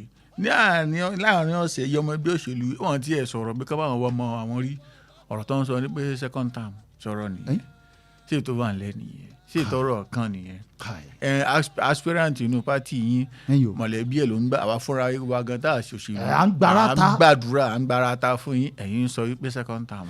ó ṣe wá jẹ́ wípé bá a bá ń fèlè á sì máa tún lura wa lọ́gọ̀ ẹnu páàsì. ibi tí wà láyẹn gangan wà ní. ibi ìṣòro wà nù. àwa ẹ tó ṣe nǹkan fúnra rẹ̀ gan mọ̀ wípé yìí táwa ní pé ìjọba mi ẹgbẹ́ mi ló ń ṣe ṣé òun máa sọ̀rọ̀ rẹ kí. ó ti fẹ̀gbẹ́ ya yàkàyàkà. ọ̀rọ̀ burúkú láti sọ sí wọn. ó wá dìgbà tí yín sìn àmọ́ nǹkan tó sọ sí ààrẹ Jonathan kò ṣe máa sọ tán. ààrẹ tó wà ń fẹ́ sìn ó fìgbà kan pé Jonathan ní pẹjapẹja olóògùrú drunk fisherman. pẹjapẹja olóògùrú pẹjapẹja ń bẹ pẹjapẹja olóògùrú ń bẹ. drunk fisherman. kábíyèsí Olódùmarè. bẹ́ẹ̀ni ó kọ tí ò dànù. ààrẹ tó bá ń jókòó náà ju rẹ gbà. bẹ́ẹ̀ bá lọ pẹja tó jí olóògùrú wọn ẹ̀jẹ̀ ó pọ̀ nǹkan jẹ. ó ti ẹ̀ sọ̀rọ̀ pẹja fẹ́ pa jẹ tó bá ti ẹ̀rẹ́ jà pa ibi tó gúrú bá ti pa tó bá ti sọ̀rọ̀ lómi tó pẹja ló ń ti. ọ̀nà mò ń sọ tẹ̀yà gan bá ṣàpù yóò fà lẹ́sẹ̀ sí odò. àtàrí ogan sínú bó ṣe rí gẹ́lẹ́ nǹkan wá rí bí ilé ìgbà tẹ́ ń sọ̀rọ̀ pé Jonathan drunk fisherman kankan yẹn ètò ààbò mẹ́hẹ̀ẹ́ lóòótọ́ òṣìṣẹ́ bó ṣe rí rè. kò rí báyìí. ọrọ̀ ajé ń fì ṣé bó ṣe rí rè ó ń fi ìgbà yẹn ni ó ti dùbú báyìí ó ti nalẹ̀ yẹn ó nalẹ̀ pátápátá ó dókù. 97 naira ni Jonathan fi epo sílẹ̀. kábíyèsí. ó yẹ kí ní 87 ni ṣùgbọ́n òṣèlú ló fa 87 yẹn ká pè ní 97 97 sí wọn tí 910 ṣe nǹkan kankan náà ni. ẹ sọ̀rọ̀ lórí bí Nàìjíríà ṣe máa dùn rí bí Nàìjíríà ṣe máa dùn wò kọ́tẹ́ ń sọ ní pé second term endorse for second term endorsement for second term kan ló mú yàn wọlé second term ta ni o endorse Jonathan for second term. kábíyèsí Olódùmarè. nǹkan tẹ́ ẹ bá ṣe ní first term ló máa ṣe àtọ́ka bí ẹ̀rí second term mú abẹ́ni rẹ̀ mú. ṣe ti gẹlẹ́ nìyẹn. tá a bá ní ká fi. iṣẹ́ rẹ téèyàn bá ṣe ní máa ń kọrin tọ̀yàn lẹ́yìn. iṣẹ́ rẹ nínú ìwòye tèmi yẹn tó bá wà lórí ipò tó bá fẹ́ díje lẹ́ǹkan sí tó bá tún wá ń sáré bàlàbàlà pàápàá jùlọ láti irú àkókò báyìí ó ti ń sáré bàlàbàlà for second term ẹni yẹn gẹ́gẹ́ mọ̀ pé wọn ò ṣiṣẹ́ gidi ni tó bá ṣiṣẹ́ gidi alákòókò ní ráyè second term. àwọn èèyàn gan wọ́n mọ̀ sọ pé àwọn èèyàn gan lásán pé ọ̀gbẹ́ni má jẹ́ kí n gbọ́pọ̀ lóòṣe second term. kábíyèsí àwọn ọmọ Nàìjíríà. bẹ́ẹ̀ ni àwọn fúnra wọn lá máa jà pé má jẹ́ kí n gbọ́pọ̀ òṣìṣẹ́ kan náà ó dùn bó ṣe wà yìí jẹ́ kó máa lọ wáyé. kò sí sẹ́ni tí ò fẹ́ nǹkan tó dáa. kò sí tán ṣe gbé fún láti lè wọn wá wọn kálukú fẹ́ jèrè àǹfààní ni. ìyẹn ni pé bí ìjọba kan bá tu àwọn aráàlú lára àwọn ọmọ gan. bẹ́ẹ̀ lómi bá sọ pé òun fẹ́ wá ṣe é ó ṣeé ṣe kí wọ́n bàjà. mọ̀ nǹkan tó ń ṣe o wọn á dìde lọ bá ń lé ni mọ̀ nǹkan tó ń ṣe o. mo gbàtura lọ́wọ́ wa. jẹ́ kí lè máa bá a lọ báyìí ó ń dùn ó ń dán fún wa. kábíyèsí Olódùmarè. máa ya kíní kan tó fẹ́ dáa. inú mi ó sì dùn káwọn aláṣẹ wo mọ̀ gbọ́ yìí. ṣé wọ́n láwọn ọmọ ni tínú wọn náà ń ṣe ni kí lè sọ fún ìjọba tíjọba ọmọ tabala mọ 100 ìjọba mọ 1 million kílódé 1 million ìjọba 1 billion kí lè mọ̀lẹ́bí ìjọba ṣé àgbà security report ni ìbá kan fún ìyé bá lọ ni àtàwọn ọ̀rẹ́ wa tó ń ṣiṣẹ́ bẹ́ẹ̀ là ń béèrè bẹ́ẹ̀ bulẹ̀ bá dé wọ́n dìídì lọ ń gbé report fáwọn ni àwọn afetí kọ ni bó ṣe rí gẹ́lẹ́ nìyẹn tọ́ba ṣebí gómìnà àwọn gangan wọn jókòó bẹ̀. kì í ṣe ààrẹ o gómìnà ìpínlẹ̀ Zamfara Katsina ó sọ̀rọ̀ kan ní àti báyìí ó ti bí lágbára kọ́ lọ́n darí jù bá ní. wọ́n ṣe kinní kan nípínlẹ̀ Katsina mo sọ nínú kúlù yìí lórí ètò kan mo ní gómìnà mọ̀ sí gómìnà kò fẹ́ yọ sí bọ̀m̀bọ̀ pé òun mọ̀ sí ni. nígbà tán pàwọn Katsina tí wọ́n jí wọn àtẹ̀yìn àti nǹkan ọ̀sìn tápá ìjọba ìpínlẹ̀ yẹn ọ̀ka mọ́ ẹ̀ẹ́dẹ̀ lè bú gómìnà tẹ́tẹ́ rẹ̀ máa ń bú gómìnà máa ń bú alága tó bá ń wọ gbúlọ báwọn bá ń tó ya fótó pẹ̀lú wọn ṣùgbọ́n àwa fàṣọjà fàṣẹyìn mo rí i pé téèyàn bá ń bú wọn èèyàn ṣàbùsí ni ẹni tẹ́ máa bú ni ẹni tó ní agbára àti àṣẹ láti gbéná ìjà ojú àwọn arábìbà tó wá kọ̀ láti ṣe ṣùgbọ́n gómìnà agbára ò lẹ́ni ẹ̀ ní police ẹ̀ ní army ẹ̀ ní civil defence tẹ́wálẹ̀ ní vigilante pump action lẹ́fẹ́ fún wọn wọn ti bi pump action 1000 táwọn sọmọ ibi tí AK-47 bá ti ń paṣẹ tó ti ń pàṣẹ tó máa fẹ́ kú wọn bẹ́ẹ̀ dandan o torí gbogbo AK-47 gbogbo pump action ti yín 25 o tó ṣe jù ní 50 meters òun tiẹ̀ 400 meters láti ibi tó ń wà ó ti palẹ̀ gbọ́n tó wà lẹ́mọ̀ tàlá súnmọ́ rú ẹ̀. àwọn ará abídẹ̀rẹ̀ bá AK-47 AK-49 AR-15 kankan bẹ́ẹ̀ ni ọ̀tẹ̀ tó ń gbé RPG bazooka káàkiri ṣé n tí pop action wọn lọ bá nìyẹn wọn lọ bẹ̀bẹ̀ ni o wọn lè fẹ́ nu bẹ̀bẹ̀ o wọn gbé nǹkan dání. gómìnà sọ nígbà yẹn olóhùn ọ̀ràn yẹn alága ń ṣe ẹ má ṣerú ẹ pé nípínlẹ̀ Katsina àti wà yìí a fẹ́ gbójú jà wọ̀ wọ́n ní a fẹ́ ṣe kíníkan gbogbo la wọ́n ṣe ń di chairman sí on call list ni gbèsè nǹkan tó fi ṣe kíníkan kan bẹ́ẹ̀. wọn bí chairman tá gbé gbèsè bẹ́ẹ̀ yẹn láì ṣe pé gómìnà fún láṣẹ o mo ṣe sọmọ ẹ báyìí pé gómìnà mọ̀ pa ẹ̀ gómìnà ń gé wa ni pé káwọn chairman lọ máa ya fótó pẹ̀lú àwọn bandit Tinubu kan máa wọ́n nípa àwọn kọ̀ lọ yíyẹ fẹnu sọ̀rọ̀ ni ṣe mọ àwọn ìjọba tòkè náà wọ́n nípa àwọn tí wọ́n jí gbé pé ẹnu làwọn fi gba àwọn padà àbí ká gbàgbọ́ náà wípé àwọn ìjọba ìbílẹ̀ náà wọ́n kọ̀ lọ fẹnu bá àwọn bandit sọ̀rọ̀ ní pé wọ́n fún wọn ní nǹkan kan. wọ́n lọ fẹnu gbà wọ́n padà àwọn tí wọ́n dẹ̀ lọ bá tí wọ́n lọ jọ bá sọ̀rọ̀ tó jẹ́ wípé karambà ní asorunwájú pọ̀ mọ́ tí wọ́n lè fi mú wọn kátà òfin. irọ́ ẹ̀yin lẹ rò bẹ́ẹ̀ kì í ṣe dandan kan fi mú wọn kátà òfin. sáwọn èlé òtún ní ṣe ṣaka lọ́la. tó bá ti bá wọn sọ̀rọ̀ tó ti bọ̀wọ́ ẹ mọ̀ tún mọ bọ̀wọ́ tó bá ti bọ̀wọ́ yẹn kò sí wàhálà. gómìnà sọ lánàá pé wọ́n ti gbọ́wọ́ lọ́wọ́.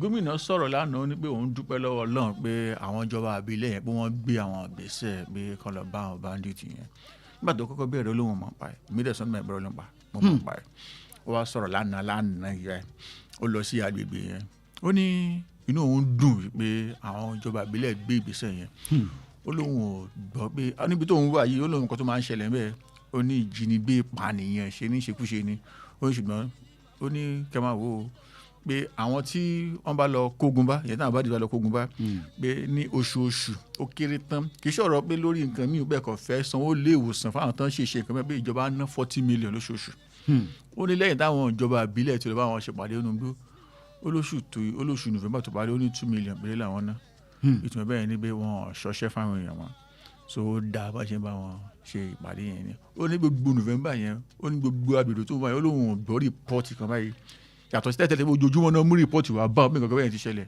ọkọ̀ tó ń sọ fún yín ni pé gómìnà tó wà tí ò tiẹ̀ ládùúgbò lórí security ó mú nǹkan tó ń lọ abọ́sibọ́sí ìyá rẹ̀ àwọn tí wọ́n palẹ̀ mọ́ bàdàn yìí aláì ààrẹ gbọ́ sí ẹ̀ṣẹ̀ ní káàrẹ̀ má gbọ́ sí.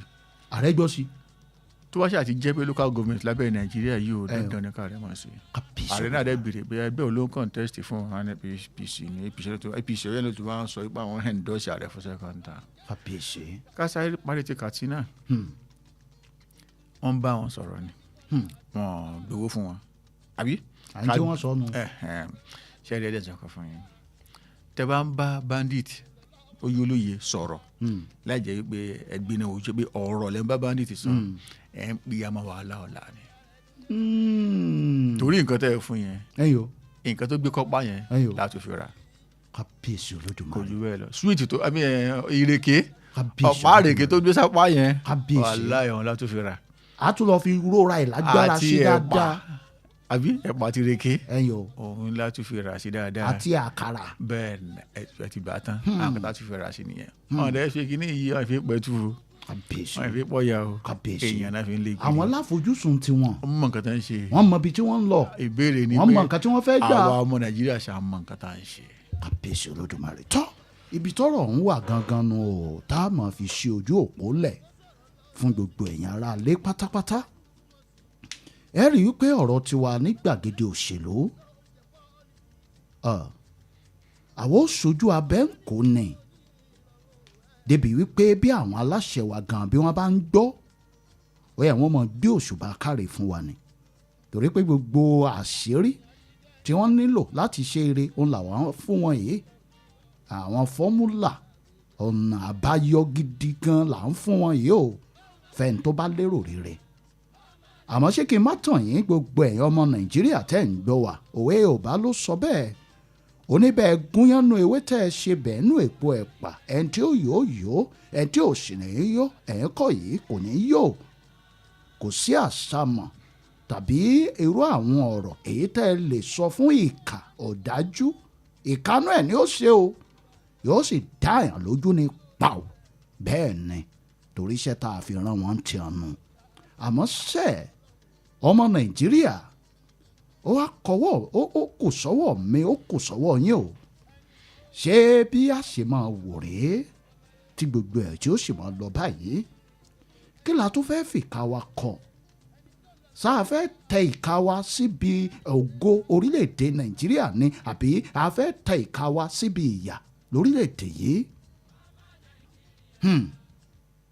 èmi gbé ọkọ̀ tèmi wá gbé òṣèlú Nàìjíríà mo wá rí i pé ẹ̀yin kọ́ yìí ọ̀pọ̀ wọn ohun tí wọ́n jẹ lọ́mọ ọlọ́mọ ń wá kiri ohun tí wọ́n dà òun ni wọ́n ń wá kiri bàbá tí wàá sọ wọ́n dà á tán ibi àgbé wọn dé òun ó fi àmọ́ kan wà lójú sóyè ó rí bẹ́ẹ̀ kò rí bẹ́ẹ̀ láwọn ìlú míì ẹ̀yin náà gbọ́ ò ẹ̀yin tẹ́ ń darí wa bẹ́ẹ̀ bá ń gbọ́ mi dáadáa tẹ́ ẹ̀ ṣe ń fi etí tútù gbọ́rọ̀ mi ṣé ń tẹ́yìn náà ń ṣe òun so dà bẹ́ẹ̀ káwọn èèyàn ó jáde nínú òrùn búkúbúkú gbà mí àti ẹ̀tí rí dìbò rí òjò àwọn èèyàn sì òjò orí. ẹjọ mi ìmọ̀ kẹtọ́ lọ́n fi ń ṣe o ṣùgbọ́n ọjọ́ ìbò ó ní bí ojú ọjọ́ ṣe máa ń rí o tí oòrùn yẹn bá fẹ́ jáde bí kò yọ èèyàn ni tó bá dẹ̀ jẹ́ òjò bí kò gbé èèyàn lọ ni àwọn èèyàn á forí tó à ń torí bọ́ nínú yẹn. torí pé kẹ́yìn ó lè débẹ̀ ẹ wá débẹ̀ tán bẹ́ẹ̀ ṣe débẹ̀ tán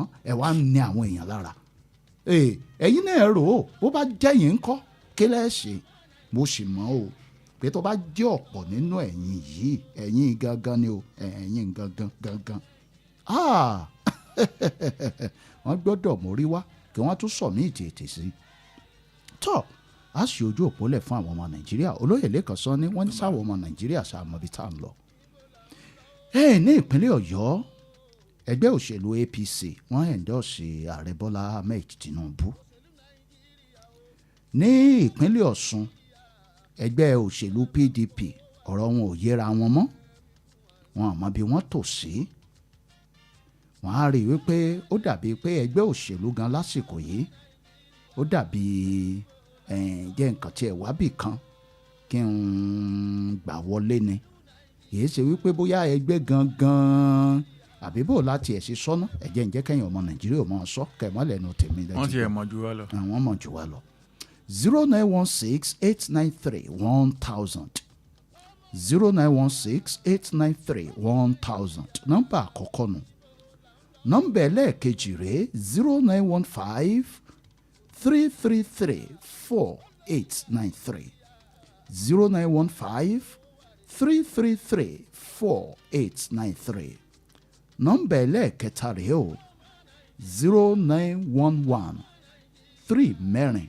0911-3-893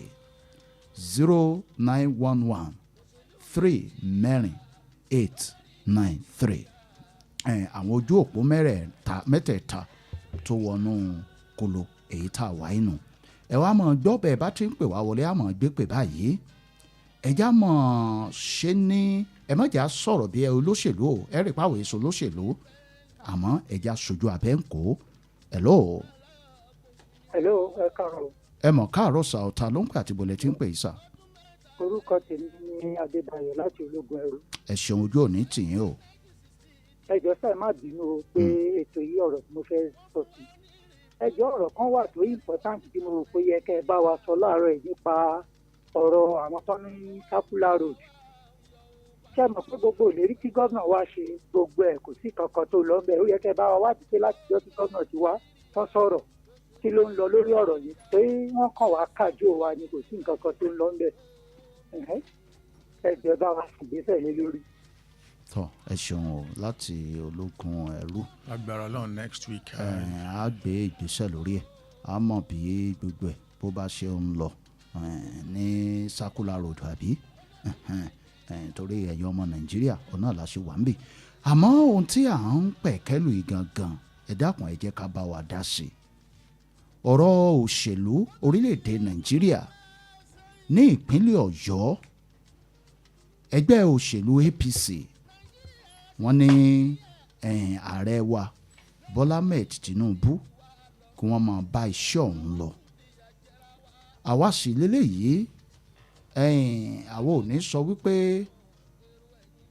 kí ẹgbẹ́kẹ́gbẹ́ kó mọ̀ sọ ohun tí wọ́n bá fẹ́ sọ àmọ́ ohun tí ẹgbẹ́kẹ́gbẹ́ bá ń sọ ṣé ó ní àwọn ipa kan èyí tá a lè kíyèsí nínú ìgbésí ayé ọmọ Nàìjíríà bó bá jẹ́ ẹgbẹ́ òṣèlú gan lásìkò yìí ẹgbẹ́ òṣèlú APC ẹ bá jẹ́ ọmọ ẹgbẹ́ òṣèlú APC ẹ lóore ọ̀fẹ́ láti pè wọlé o ọ̀rọ̀ eléyìí kì í sọ̀rọ̀ òṣèlú wípé bó ṣe rí yìí báyìí ni àmọ́ bó bá jẹ́ ẹgbẹ́ alátakò ẹ̀yin náà lè pè wọlé àmọ́ àfẹ́ ká sọ̀rọ̀ àlùfàǹsá wípé tọ́ bọ́rọ̀ yìí ṣe wà nílẹ̀ lásìkò yìí ó ti múyẹ̀sì ààrẹ wo bá sì ṣe báyìí kò bá sì tún jẹ́ kí ìfẹ́ kó tún wà nínú àwọn èèyàn sí o báwọn èèyàn ti ṣe ń nífẹ̀ẹ́ wọn o wọ́n tún lè nífẹ̀ẹ́ wọn sí o ní ìpínlẹ̀ Ọ̀ṣun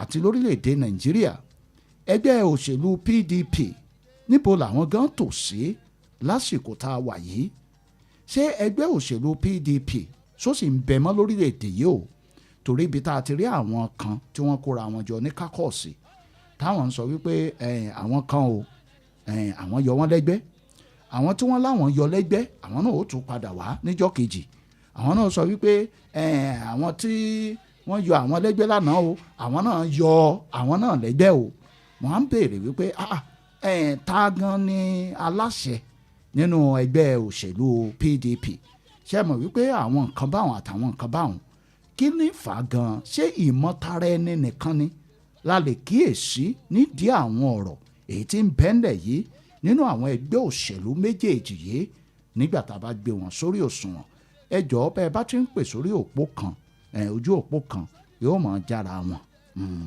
bẹ́ẹ̀ ni ẹ já lo ojú àwọn òpó míì náà 0916 893 1000 0916 893 1000 nọ́mbà àkọ́kọ́ nù nọ́mbà ẹlẹ́ẹ̀kejì rèé 0915 333 4893 0915 333 4893 nọ́mbà ẹlẹ́ẹ̀kẹta rèé o 0911 3 mẹ́rin 893 0911 3 mẹ́rin 893 tọ́ olóyè lẹ́kọ̀ọ́ sọ́ni àwọn kìíní ò gbà fúnra wọn láàárọ̀ yìí o tọ́ ẹja ṣe ní ẹyọ kọ̀ọ̀kan kí gbogbo ẹ̀ kó bàa lè mú bó lè rí bó sì yẹ kó rí. ọ̀rọ̀ kan tiẹ̀ wò mí ká tiẹ̀ sọ ọ̀rọ̀ àwọn aṣojú orílẹ̀-èdè Nàìjíríà ní òkè ìta ààrẹ fi àwọn orúkọ kan léde gẹ́gẹ́ bí ambassador tí wọ́n lọ ṣojú Nàìjíríà ní àwọn ilẹ̀ òkèèrè àwọn orúkọ tá a dẹ̀ bá ń bẹ̀ yẹn àwọn orúkọ tó yẹ pé ní gbogbo ẹ̀ ní o ṣùgbọ́n àwọn orúkọ kan wà bẹ́ẹ̀ tó jẹ́ pé ó wúwo díẹ̀ létí. ó gbẹnu tán àwọn ọmọ Nàìjíríà náà ń sọ̀rọ̀ ń pa rẹ̀. bẹ́ẹ̀ ni gbogbo wọn gbẹnu tán ara àwọn kan tó jẹ́ pé ara àwọn ìpìlẹ̀ wàhálà PDP torúkọ àwọn náà jáde ń bẹ̀ wọ́n pẹ̀lú àwọn ní G5 nínú ìwòye tèmi ibi tí nǹkan ti bàjẹ́ tán yányán fún PDP nìyẹn. àwọn náà wà nínú àwọn ambassador. méjì nínú àwọn G5 yẹn wà ń bẹ̀ o gómìnà ìpínlẹ̀ Enugu àti gómìnà ìpínlẹ̀ Abia tẹ́lẹ̀ àwọn méjì tẹ́lẹ̀ ká sọ̀rọ̀ nípa ti Abia. àwọn G5 àwọn márùn-ún nínú wọn báyìí ní ìsìn àti rí Wike àwọn ti jẹ́ mínísítà FCT àti rí Ugwanyi ó ti di ambassador Ikpeazu ó ti di ambassador. àwọn méjì wo ló kù méjì tó kù yẹn mẹ́rin ká dárúkọ wọn ìkan ti ya pa Ọlọ́run fẹ́ jà rẹ̀ ìyẹn ti fàjà láàrin wọn àtàwọn tó kù ìkan ní wọn ń ṣe bí àgbà ẹgbẹ́ ṣùgbọ́n òun náà àmọ́bí tó fi sí ó ti ẹ̀fẹ́nu ara ẹ̀ sọ pé 2027 o pé òun ló máa léwájú ìpolongo ó ń pè ó máa polongo fún ààrẹ tó ń bẹ lọ́wọ́lọ́wọ́ báyìí ó dẹ̀ jẹ́ BOT member ní PDP board of trustee PDP ló wà ó dẹ̀ ń sọ 2027 pé ààrẹ tó wà ń bẹ̀ yìí ló wà náwó sókè gẹ́gẹ́ bí ààrẹ. so nínú àwọn G5 onísìn bẹ́ẹ̀ni a lè sọ wípé àwọn bíi 4 bẹ́ẹ̀ni wọ́n ti G4 lọ. wọ́n ti G4 àbí G5 ti di G4 gbogbo wọn náà dẹ̀ bí mo ṣe sọ láti gba bẹ̀rẹ̀ wọn ìmọ̀ ìgbé ìmọ̀tara ẹni nìkan ni ṣùgbọ́n ká gbìyànjú bẹ́ẹ̀ kan. ìkan lára àwọn tó fẹ́ fi ṣe ambassador wa ó jẹ́ gómìnà lẹ́yìn bí ọdún 6 tó jẹ́ gómìnà wọ́n béèrè pé bàbá kílẹ̀ ti ṣe gan kí ni àṣeyọrí yín gẹ́gẹ́ bí gómìnà nípínlẹ̀ yìí. ó ní sẹ́yìn ò wẹnu lẹ̀kẹ́ wẹnu ọkọ́ ni ibi tó ti máa ń tajà tó wà ní Ìbàdàn ní ring road yìí irú ẹ̀ kan náà lọ sí abáńgbà yẹn pé ṣé wọn rò ó ní pé ṣé òun dà ní ilé gbọ̀ngàn tajà yẹn ṣe wá sí ìpínlẹ̀ Abia abẹ́rẹ́ nǹkan. torí iṣẹ́ tó ṣe. bẹ́ẹ̀ ni iṣẹ́ ribiribi tó ṣe. kàbíyèsí. wọ́n ní pé ó wá ní afárá kan tí àbá yẹn ṣe afárá yẹn gẹ́gẹ́ bí àwọn tó ń bu ọ wọ́n ní bó ṣe fẹ̀ wọ́n ní kò gùn ju ẹni tó ti máa ń jẹun lórí tábìlì tó ń jẹun yẹn wọ́n ní kò gùn jù wọ́n ní kò fẹ̀ jù lọ. láfárá. bẹ́ẹ̀ ni wọ́n dẹ̀ fẹ́ kó gba mọ́tò méjì. kàbíyèsí. nígbà tí gómìnà máa sọ̀rọ̀ láwọn tí ò ti ẹni kẹ̀kẹ́ bọ̀sibọ̀sì mọ́tò náà sọ̀rọ̀. bẹ́ẹ̀ ni. ṣé ọ̀rọ̀ ilé wọn wà pọ̀ báyìí. kò pọ̀ lẹ́nu tí wọ́n kò pọ̀ etí tí yín ló ti pọ̀ kò pọ̀.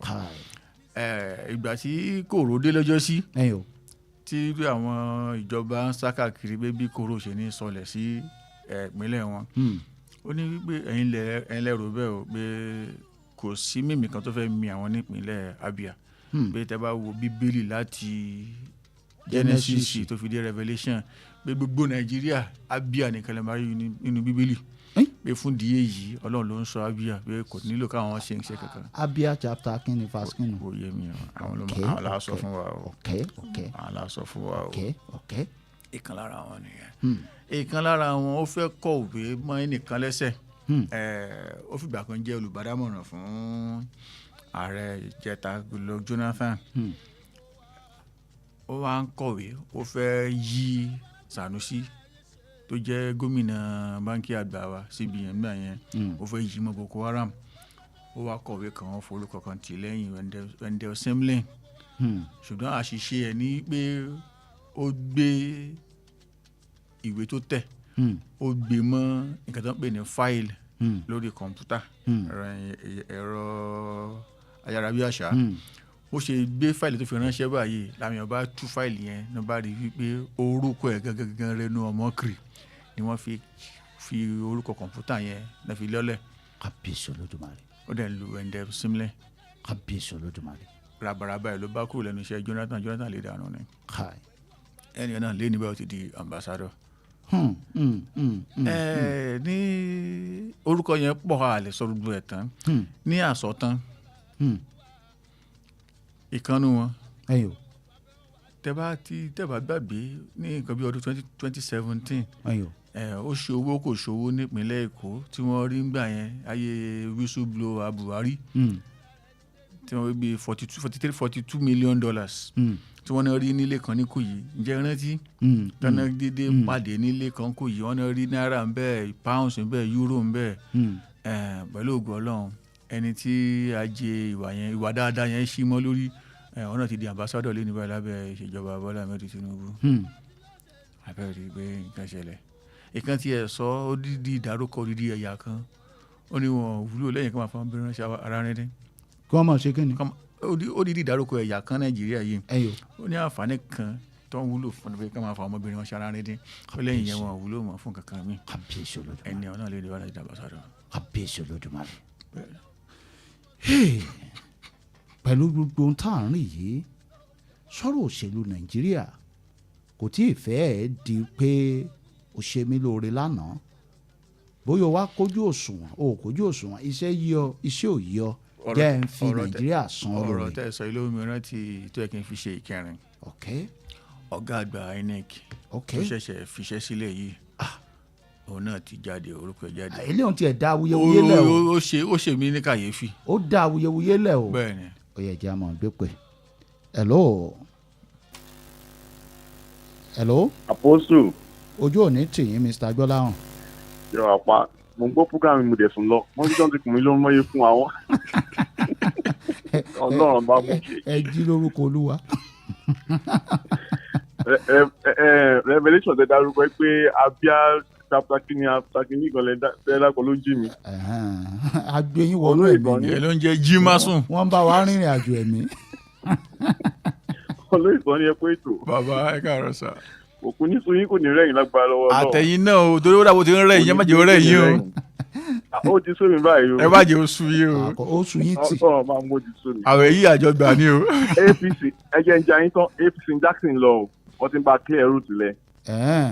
APC Jackson ẹgbàá tí wọ́n sọ fún APC Jackson lọ. ẹ wo ambassador àtúnṣe yìí a compensation of everything ṣe. ibi tó lóye tèyí ń lọ ẹ wò kò yẹ anybody mọ ẹgbà tí mo yí sọ kò yẹ mo máa ń bẹ lọ́wọ́ ní kọ́lọ́ máa yẹ kí ìjọba ìtún wọlé ẹlẹ́kejì tó bá fi wọlé ẹlẹ́kejì nǹkan ló fà ń wẹ̀ ẹ wò kò lọ rárá máa bẹ tó bọ̀. ọlárò kan àrò kan ló mẹ́kùn àsundà wà ó bàbá ní àwọ̀ dídùn fún a ọ̀rọ̀ adé gan ẹ mọ̀ pé irú àwọn ètò báyìí ó nílò kéèyàn tún máa lọ gba ìmísí ẹ̀mí ẹ bá gbọ́rọ̀ nàìjíríà kéèyàn gbé kúrò nínú ara kéèyàn tún gbé wọnú ẹ̀mí lọ nígbà wá sọ̀rọ̀ tí ẹ̀mí tó wá kan ẹ̀mí lọ́nà revelation wọ́n tún jí wọ́n bá bẹ̀rẹ̀ ní genesis gbà gbé wọn dé revelation wọ́n jí hello ẹ mọ̀ káàárọ̀ máa o. ẹ kúṣẹ́ àpọ̀sù. ojú ò ní tì yín máa mi. olóòlé kan. yes ma. ẹ̀mí yín ogun. àmì àtẹ̀yìn náà ma. ọkàn yín ó dẹ̀ balẹ̀. àmì àtẹ̀yìn náà ma. gbogbo ọjọ́ tí n bá ń gbọ́ yín báyìí inú mi máa ń dùn. inú yóò ní bàjẹ́. àmín ètò náà ga. ẹ rí ó ti sú wa àti àmọ́ tá a lè yí mọ́ àmọ́ tá a lè sọ òye wa. ẹ bá wa bá ti bọ̀ wọ́n lọ́wọ́ kan ibòmíì wọn ò tó gbà yọ irọ́ pọ̀ èmi ò rí kankan tó tiẹ̀ wá jẹ́ kínní tó àwa ni ká jẹ́ kó rí wá pé àwa ni ká jẹ́ kó rí wá pé bá a ṣe wà torí pé wọ́n bá tìyàn wọ́n ti tì wá lùgànà ṣùgbọ́n bórí wọ̀ bá tó wá pé ká tó ń gbà nkàrà ká tó ń gbà rẹ̀ sí ìgbà bàbára wa rí. tọ ẹ dákun ẹ bá wa dárúkọ yín. ìjẹ̀bú tó kọ méje láti gbági. ìjẹ̀bú tó kọ méje láti gbági. tọ ẹ ṣeun ojú òní tì yín mọ́. ilé ìsàn ni ẹ pẹ́ o. àmì àtẹ̀yìn náà mà. ẹ gbó. àmì àtẹ̀yìn náà mà. ọkàn yóò dé balẹ̀. àmì àtẹ̀yìn náà mà ẹ ṣe mọ́. àmì o. ẹ máa bẹ́ tó bọ̀. tọ ẹ ṣeun ojú òní tì yín o.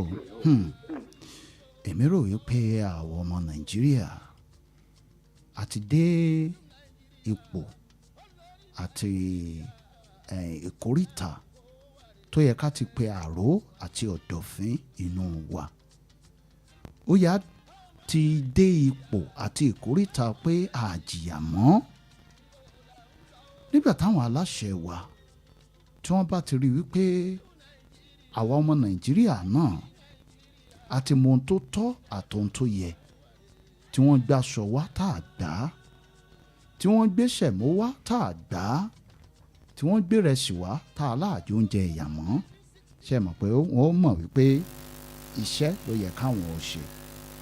hello. Apostle. sir.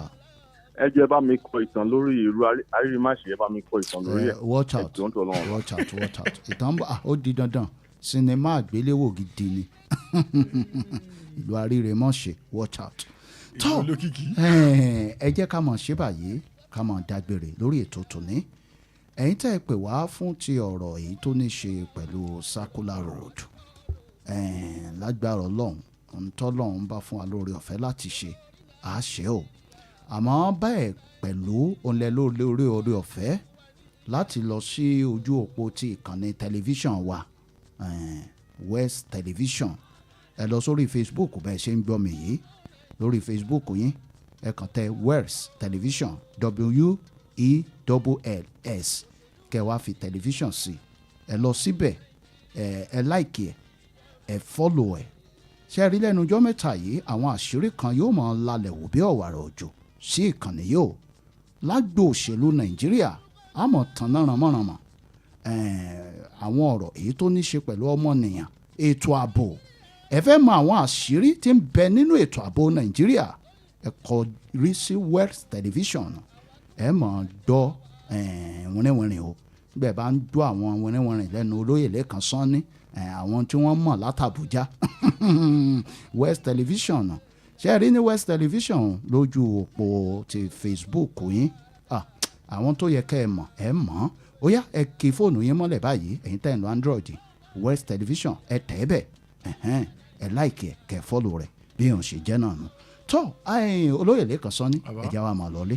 bẹ́ẹ̀ni ẹ ṣe tẹ́ ń gbọ́ wa fún ti ọ̀sẹ̀ yìí lágbára Ọlọ́run kò ní sú wa kò ní rẹ̀ wá Mr. Gbọ́láhàn ẹ má jẹ́ ọ̀rẹ́ yín àjọjọ ọ̀rọ̀ Nàìjíríà àwọn náà ó gbóhùn wọn sórí West Television àbí o a wà fọ̀rọ̀ wá wọn lẹ́nu wò tí wọ́n mọ̀ ń pa Nàìjíríà tó àwa ń lọ lónìí o àtúnbọ̀ ní ìjọ míì láṣẹ Olódùmarè àwa lámọ̀ wá o ẹ̀yin lámọ̀ bá àtẹ́lẹsẹ̀ abẹ̀nàwò àfi sínú ìbànújẹ́ àní báyìí nínú ìbànújẹ́ o bóyá ẹ̀yin wá kíyèsí àwọn kankan ládùúgbò yín bí ètò ààbò bí nǹkan kan ń ṣẹlẹ̀ ẹ fẹ́ kí gbogbo ayé ó gbọ́ ẹ fẹ́ tètè ta àwọn èèyàn lólobó nípa rẹ̀ ẹ fẹ́ ká tètè bá yín gbé sójú òpó ní ìkànnì wa West Television ẹ pè nọ́mbà wa 08058816462 ẹ jẹ́ ń pè fún yín lẹ́ẹ̀kan sí 08058816462 bẹ́ẹ̀ bá ti pè wá àti débẹ̀ nù o ẹ̀yin ti Circular Road náà bẹ́ẹ̀ bá rí nǹkan ẹ lè pè wá á débẹ̀ láti wá bá yín gbé sí etí ìjọba bí òun ṣe jẹ́ náà nù. tó Olúgbémiga Omotosho ló kọ tèmi Ọ̀yọ́ rédíò Apostle títí ọjọ́ mẹ́jọ tá a máa pàdé lórúkọ àwọn tá a jọ ṣe Samuel Adélèrè ònlọ́lọ́wọ́ bọ́tìnì tiẹ̀ ti ń tẹ̀ ó fẹ́ gbé ohùn mi wálẹ̀ mọ́ ṣe bẹ́ẹ̀ o má ṣe bẹ́ẹ̀ lásán títí ọjọ́ mẹ́jọ èrè ó dàbọ̀. òṣèlú wọn ò ṣe dáadáa sọ́dí bàtà bá rí irú jẹ́rí ìrọ̀lì tàbí irú ṣẹlẹ̀ tó ṣe ní Ghana lọ́jọ́ sí. sára ó tó dẹ̀ wá o tó bá ṣe. Tired of listening to the same old content? Tune in to Wells Radio 89.3 FM, the only radio other radio stations listen to.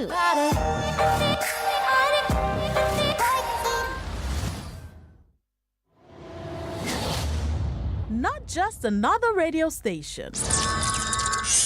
Wells Radio 89.3 FM, broadcasting from Ibadan, Oyo State, brings you wholesome programs for you and your family.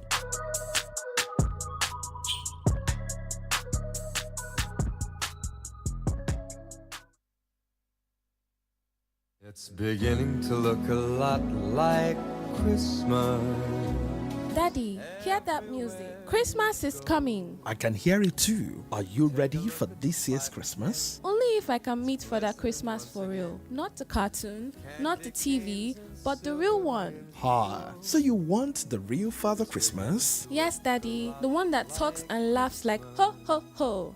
Then get ready because we are going somewhere special this year. Where? Tell me now.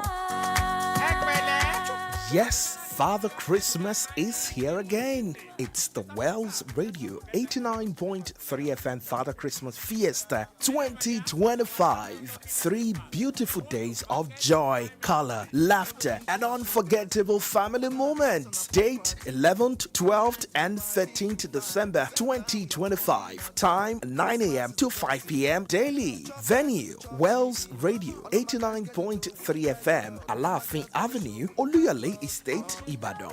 Bring your children for a heartwarming Christmas experience. Fun activities, exciting games, beautiful memories, and loads of gifts to be won. Gate fee 4,000 naira only. Tickets are now available for sale. You can now book in advance ahead of the event days. To reserve your ticket, please call 0903 936 8185. Sponsored by Juniors International and Christ Ambassadors International Group of schools, Zoe Specialist Mission Hospital, supported by Omoyo Property and Management Consult, Honeydew Restaurant, Oluyole, Ibadan, Chalk Boy, Comfort Kitchen, Alpha Photos, Challenge Ibadan, Jasper Creative, Big Apple Schools, Olukunle Junction, Ibadan, J Crown Stores, Orogun, Ibadan, Bamraj Food and Beverage Nigeria Limited, Leadway Victory School, Orogun, Ibadan, Olumes Dimes Plaza, Are Junction, Ibadan, Brunel Supermarket, Oluyole Estate, Friendly Top Filling Station, Oluyole Estate, Nella's Children's Palace, Live Right Store, Are Oluyole, Bankilola's Cuisine, Any Bread, Oluyole, Ibadan, Sami B Kiddie School, Obetodun Shawarma and Treats, Adioyo, Ring Road, Ibadan, BNF Creative Agency, One Taste Kitchen, Oluyole, Ibadan, Better Polythene Enterprises, Blissful International School, St. Anne's Cakes, Mary Old Foundation, United States, Iyalia Sawmill, Ibadan, Suwa Cakes, and JP Ugocam Nigerian Enterprises. Wells Radio Father Christmas Fiesta 2025, where the fun of Christmas becomes real. Daddy, I can't wait to tell him my story. And he's ready to hear it, my love.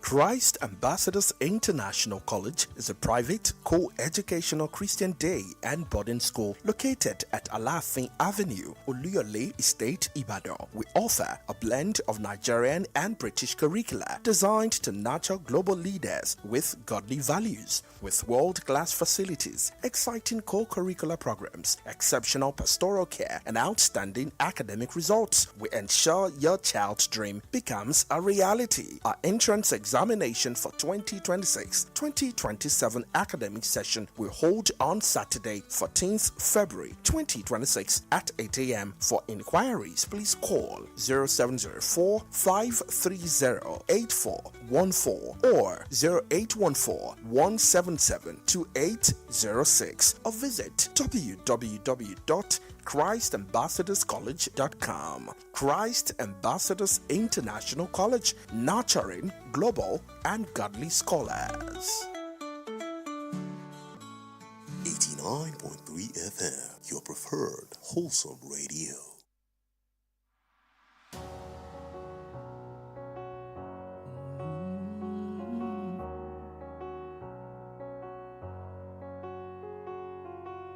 You don't hustle tire.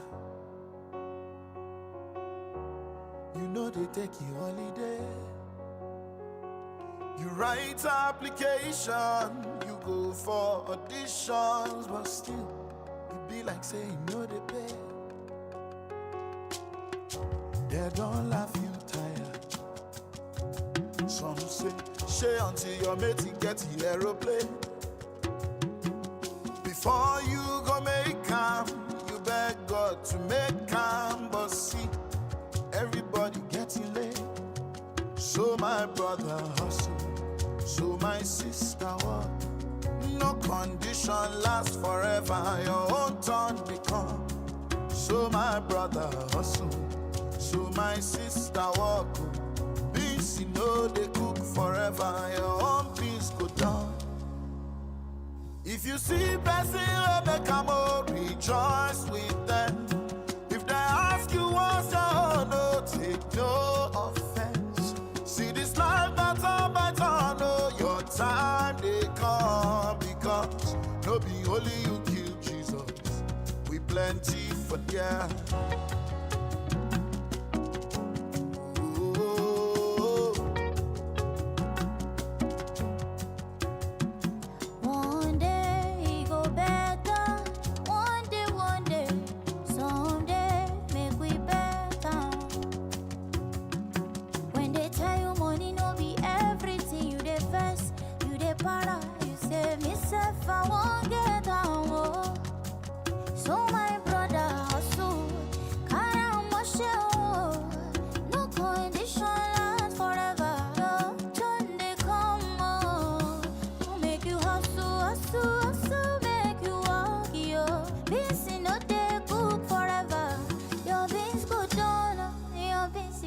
If you see person make a move, if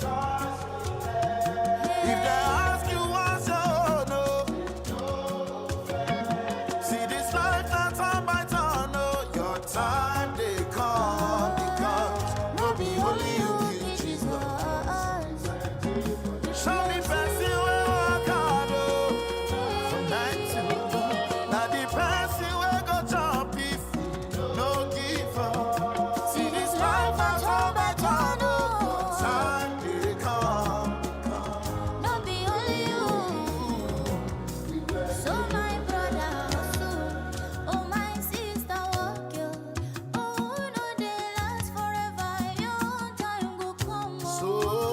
my brother hustle Jerry. So my sister what? Well, your time will definitely come. It's just, it's just a matter of time. Your time will come. I mean, it will get to a point where you look back at some of the things that you've had to do, some of the struggles that you went through, the hard times, and you'll be thankful that those times actually happened. You'll be thankful that God has brought you this far.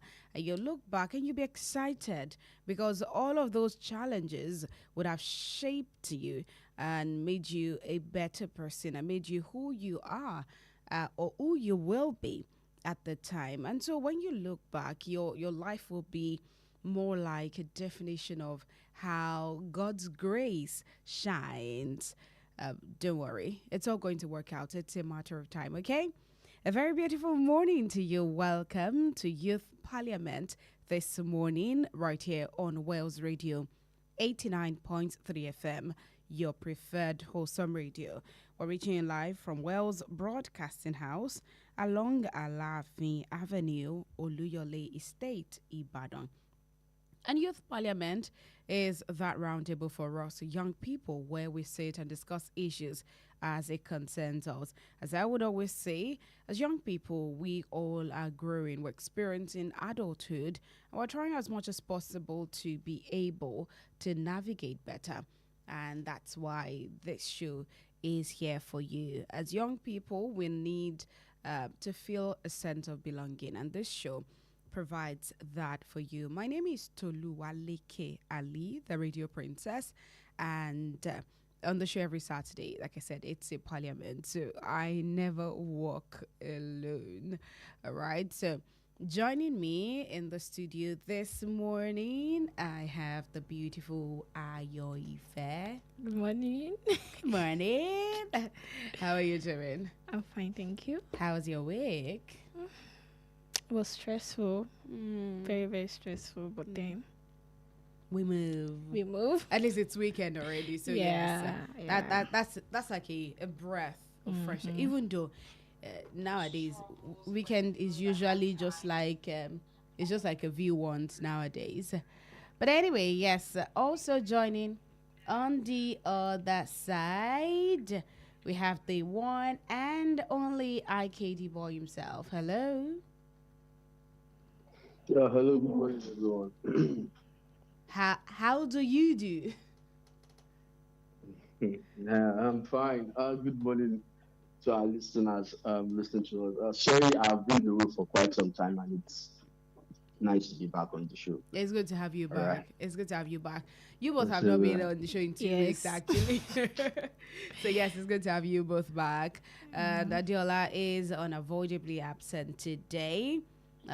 So yes, it's just going to be us, and probably Collins also gets to join in the course of the show. But as always, we take a look at the trends for this week, check out some of the latest stories that made rounds in the course of the week, and then move on to a topic of discussion for today.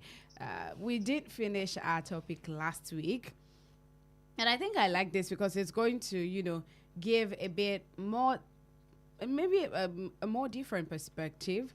Yes, so last week we had Collins and Adiola on the show talking about the same topic. So I feel like this week now we can, see another, look at it from another whole different perspective, and then be able to, talk about it. Because, I remember the last week Collins shared some that he thought. Also, Adiola also shared, some of our own fears, although we didn't finish up, right? We could not finish it, but I believe that this week, at least when we get, more different perspectives, it would give a better level of understanding to the topic of discussion for today. So yes, sit back, and our topic is actually very interesting. In fact, the show last week was super interesting. So we do hope to continue from there today and have a more better time on the show. So first, let's take a look at the trends, checking out some of the latest stories that made the course of the week. It's life that's all by turn, oh, your time they come. We plenty there. We plenty for the matter. We plenty for there. No let your hope scatter. Oh, we plenty for there.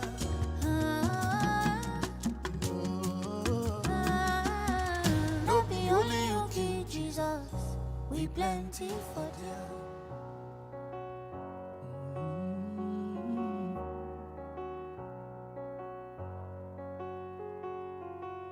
You don't hustle tire.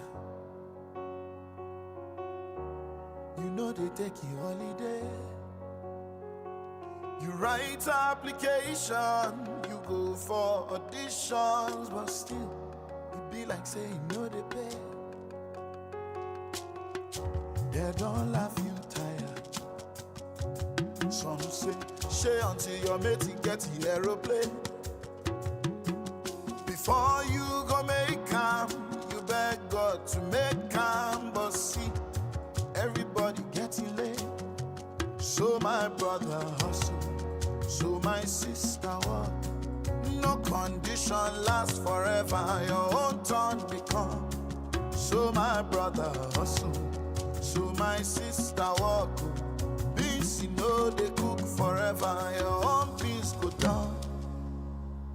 If you see person make a more rejoice with them. If they ask you what's your own, no take no offense. See this life better, know your time they come because no be only you kill. All right, welcome back. If you're just joining us, this is Youth Parliament on Wales Radio 89.3 FM, your preferred awesome radio. So let's take a look at some of the stories that we had in the course of the week. Let's begin with this one. I think this one is actually one that I like. Yes. So earlier in the week, a magistrate was arraigned in Gombe over 1.4 million naira bribery allegation. So a particular magistrate was arraigned before a Gombe State High Court over allegations of receiving 1.4 million naira in bribes. So the EFCC actually brought the magistrates before the justice on a 3-count charge bordering on extortion and bribery, which happened in 2024. In fact, it was stated that he received for himself monetary benefits of 1 million naira through a certain bank accounts that belong to another person who is a registrar in that court, thereby committing an offense contrary to and punishable under sections 10 subsection A subsection 1 2 of the Corrupt Practices and Other Related Offences Act 2000. And again, he also collected on the 11th of November 2024 in Gombe State. Within his jurisdiction, he collected another 400,000 naira, and every of the amounts that eventually accumulated to 1.4 million naira. And I actually said I'm happy with it because it shows that yes, it is obvious that when bribery and corruption is really getting to that point where you can't go scot-free. I mean, the court is supposed to be the hope of the common man. And so when it gets to the end and there's nowhere to go to, that's supposed to be where you'd be able to seek solace. So what happens when even the court is already corrupt? So that's why I said I like it. But let me get to your views. Let me start with Ayofe. Like you said, I like it, and it's actually setting examples. Yes, it's setting an example right from the magistrates, like the court of law. We know the court of law is known for truth and so the fact that it happened and then they could actually, there were evidences, they made research. That's a good one and very commendable. Yes. Okay, easy clap for me. All right, Oluwale, what do you think?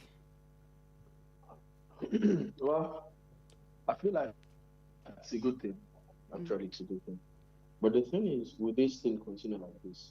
That's the question we need to ask ourselves, because they've been doing this, say, because of corruption, and this thing has not stopped.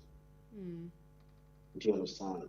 And now it's getting worse each day. Do you understand? And now involving the innocent, because people now they feel like they want to make money, they have to go to any lengths to make this money. So which means that government needs to do better in coping this act of, especially those law enforcement agencies needs to do better. Okay, all right. That is, very, very commendable one, as we have already said. Moving on to other stories. Now, an Abuja High Court, so High Court sitting in Abuja has ruled that it is illegal for VIO to impound vehicles. So that has restrained the agency from seizing vehicles and imposing fines on motorists. The Abuja Division of the Federal High Court has ruled that the Directorate of Road Services, VIO, lacks the legal authority to confiscate vehicles or impose fines on Nigerian motorists. So, according to the judgment that was delivered, it was said that the VIO officers are not empowered by any law or statute to stop, impound, or confiscate the vehicles of motorists, or even or in case they want to do both, impose fines on the motorists. And the judgment followed a suit that was filed by the human rights attorney, Mr. Marshall of Falano and Falano Chambers, aiming to curtail the powers of the Road Traffic Agency, which has long been a source of anxiety for motorists nationwide.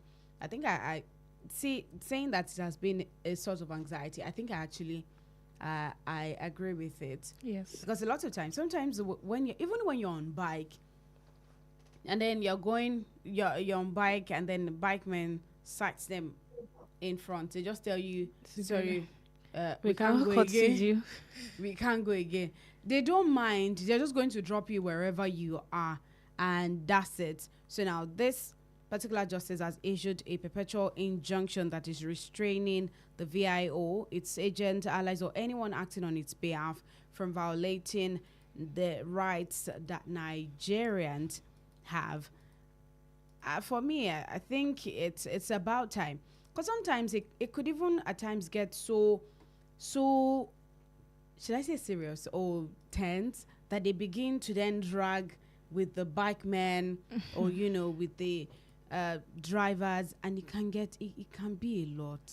Yes, and they're even doing so much. Like, is to the extent that when you even have your complete there has to be a reason for you to still stay. They will still look for something. I tell you that. I think that's why a lot of motorists usually avoid any road that they are on. And for me, I actually think that, there are other things that should be. There's some vehicles on the road that are not roadworthy. Yet, the moment that, they are passed, they are allowed to go when they shouldn't even. But let me talk to Oluwole. You drive, so tell us the implication of this. What do you think about this court injunction? Well, the thing is, I don't know where to start from. Start from anywhere. I'm laughing. Do you know I'm laughing? Why? The court has issued this kind of statement out there when it comes to those, from road safety down to SARS, down to VIO, down to any law enforcement that are in charge of activities when it comes to vehicles and motorcycles.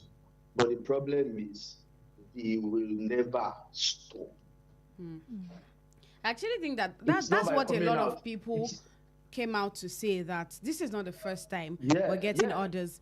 Sometimes, no, not even some time ago, I think the IGP has over time reiterated the fact that police officers are not supposed to search you on the road and do all of that, but definitely it still continues. So when this story came out, the concern of a lot of people as they were relating to that story is, how are we sure that this court injunction will leave the walls of the courtroom?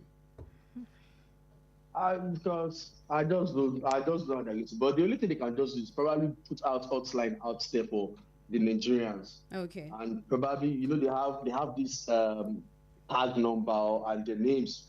Whenever this thing happens, just copy the number and and they will find this person and discipline this person. Probably if they should start doing this, then they will take this court in judgment and serious. Okay, all right. Let us move on to other stories. The House of Representatives has urged the federal government to publicly identify, sanction, and prosecute all individuals and even organizations that are financing terrorism and banditry. This is part of the new measures to curb the rising insecurity across the country. And they made this call during plenary in response to the escalating attacks, including recent mass abductions nationwide. So, the House leader who presented the summary of the recommendation said that the era of concealing terrorism sponsors must end. That is time, according to him, in his words, it is time we know them, we name them, we prosecute them, and put an end to this question of funding terrorism. So, Oluwale, do you agree with the House of Representatives? Yeah. I totally agree with them because without fuel, a vehicle would never work. Mm-hmm. Do you understand? Yeah. So which means there is someone behind them. 2 days or 3 days ago, on X, I saw a video like new supplies were being delivered to these so-called terrorists. Do you understand? Yes. Where are they getting it from? Who is supplying them? Who is paying the supplier the funds to supply them what they need? These are last week, when they went to their camp when the Nigeria armies went to their camp they have a scope within them, they found cartons of drugs, like drugs that they cannot prescribe from you. Without a doctor's prescription, you will not get it from the pharmacy. They found it there. Who is doing this? Who is funding them? So they need to just find a way to find the culprits behind it. And I feel it's left to the government to do so. Because there are some things that I have to say, but I cannot say it because you understand. Let's just leave it there. All right. Okay. Now moving on, CBN scraps cash deposit limit, raises weekly withdrawal limit to 500,000 naira. I think this part the withdrawal limits are cost issues. Some years ago. So yes, the Central Bank of Nigeria has removed the limit on cash deposits and increased the weekly cash withdrawal limit for individuals to 500,000 naira, up from 100,000 naira. So corporate account holders can now withdraw up to 5 million naira weekly. And this policy update was announced in a circular that was released by and signed by the Director of the Financial Policy and Regulation Department. So according to CBN, the revisions aim to reduce the rising cost of cash management, address security concerns, and curb money laundering risks associated with the country's heavy dependence on cash. And the Apex Bank noted that while earlier measures sought to promote electronic payments, changing realities made policies adjustment necessary. And this is effective. No, it said effective from January 1, 2026. The cumulative deposit limit has been scrapped and charges on excess deposits will no longer apply. I think this is the point where we should be more excited, right? Yes. Because, but I don't know. Well, Nigerians were very quick to adjust, though. So when that was announced, everybody adjusted. Yes. This one too, everybody's going to adjust. So basically, and then moving on to other stories, General Christopher Musa, the former Chief of Defense Staff, has been confirmed as the defense minister. This happened after his name was sent by the president to the Senate for confirmation. And, when videos from the screening came out, it just was very different. That usually it was always the usual bow and go. There was no bow and go here. He was screened. Questions were asked, and then, it felt like, yes, this is more, it feels like 5-hour screening. That's what we're talking about. Because this has to do with security. It's not the one that, because the president has sent the name, okay, take a bow and go. Take a bow and go here. Come and tell us what you're going to be doing in that ministry. And, I think I saw a few clips where, some of the senators were saying, that this is not the same office as your office when you were the chief of defense staff and all of that. So, and during the session, it called for a comprehensive national database and tracking system for ransom payments to help to apprehend criminals. And he emphasized that Nigeria needs to adopt basic security infrastructure that are similar to developed nations. In fact, he proposed leveraging ICT to make offenders financially traceable, monitor ransom payments, and link citizens' electronic activities to a unified system. Because it's important. He said that he stressed that cutting off the financial lifeline of kidnappers is crucial to curbing the crime. And I think we're not doing enough when it comes to leveraging ICT, actually. Especially, when the news came out that the president sent his name, it was actually a lot of people were like, yes, finally, this is somebody who has had experience, and him manning our security architecture here in Nigeria is going to really, really help. So when the old screening videos came and people were like, this is how you know that this person, and we hope that going forward, things will get better. That's just it. Yes. We hope and pray. Yes. We hope and pray that things will get better. All right, moving on to other stories. I really want us to get quickly. So, yes. Earlier in the week, also, Africa's richest man, Aliko Dangote, made a statement that, caused a lot of people to be like, He said Nigeria is like a scratch card. Why did you say So he said you only see its true value after scratching it. Don't leave me. Because, no, did you use scratch cards? Yes. Okay. Scratch cards as airtime? Yes. Okay, yes. So now, you know that when you have a scratch card, it's Are just... you sure? It's even like, yes, are you sure? Because I was going to say not work pin. Yes. Okay. All right. Just to be sure. Okay. So now, you said that those of them that have actually, scratched, they are already seeing the value and they are seeing the results already. So it is left for us. So this story is supposed to be like a motivation for us young people. So, in the words of Aliko Dangote, Nigeria is like a scratch card. You only see its true value after scratching it. So, start scratching. Right? I mean, that's just what it is trying to say. Like, so when you put in effort, when you scratch, that's when you get to see the results. Yes. So that's why this particular story is supposed to be a motivation for you. Don't say that I've not motivated you today. I have. Wow. Nigeria is like a scratch card. Okay. Yes, it is until you scratch that you see the value. Period. All right. But make sure you don't scratch the number. No, that's another part. Because it's possible that while they are scratching, you scratch one number.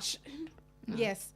Because I remember that if you're not patient enough, you will scratch up you not start guessing. You might never guess it.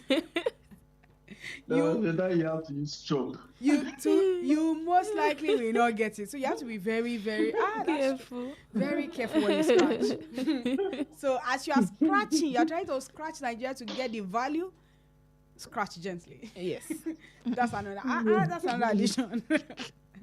All right. Senator Ned Nwoko moves to raise a bill to regulate social media companies after it was defamed by a TikToker. In fact, there's another story where he his aide said that, the senators contacted the DSS, the IGP, and other authorities over cyber stalkers and repeated cyber harassment. We all know that since the fallout of his marriage with Regina Daniels, it's been a lot. People on social media don't respect the elderly. At all. They don't respect the elderly. They don't care. So now, I feel like now that he has put it out there, that he has already contacted the DSS, the police, and other authorities. And in addition to that, a bill is going to propose a bill to ensure that we regulate social media companies. Maybe people are going to listen now. Because this habit of, I'm in my house, keep out warrior, nothing can happen. I feel like it has gotten, to a very out of hand. Yes. So I don't know. But yes, let this just be a call to all those people that are still that are dragging. There's this in Yoruba they will say Asheju. Do you understand? To bá jẹ nǹkan jù, wọ́n ní alájẹjù ni. To bá mu nǹkan jù, wọ́n ní o ti lẹ ìfàṣà wàá ṣe máa mú gbogbo ẹ̀ ṣá. Tó máa gbélé máa mú.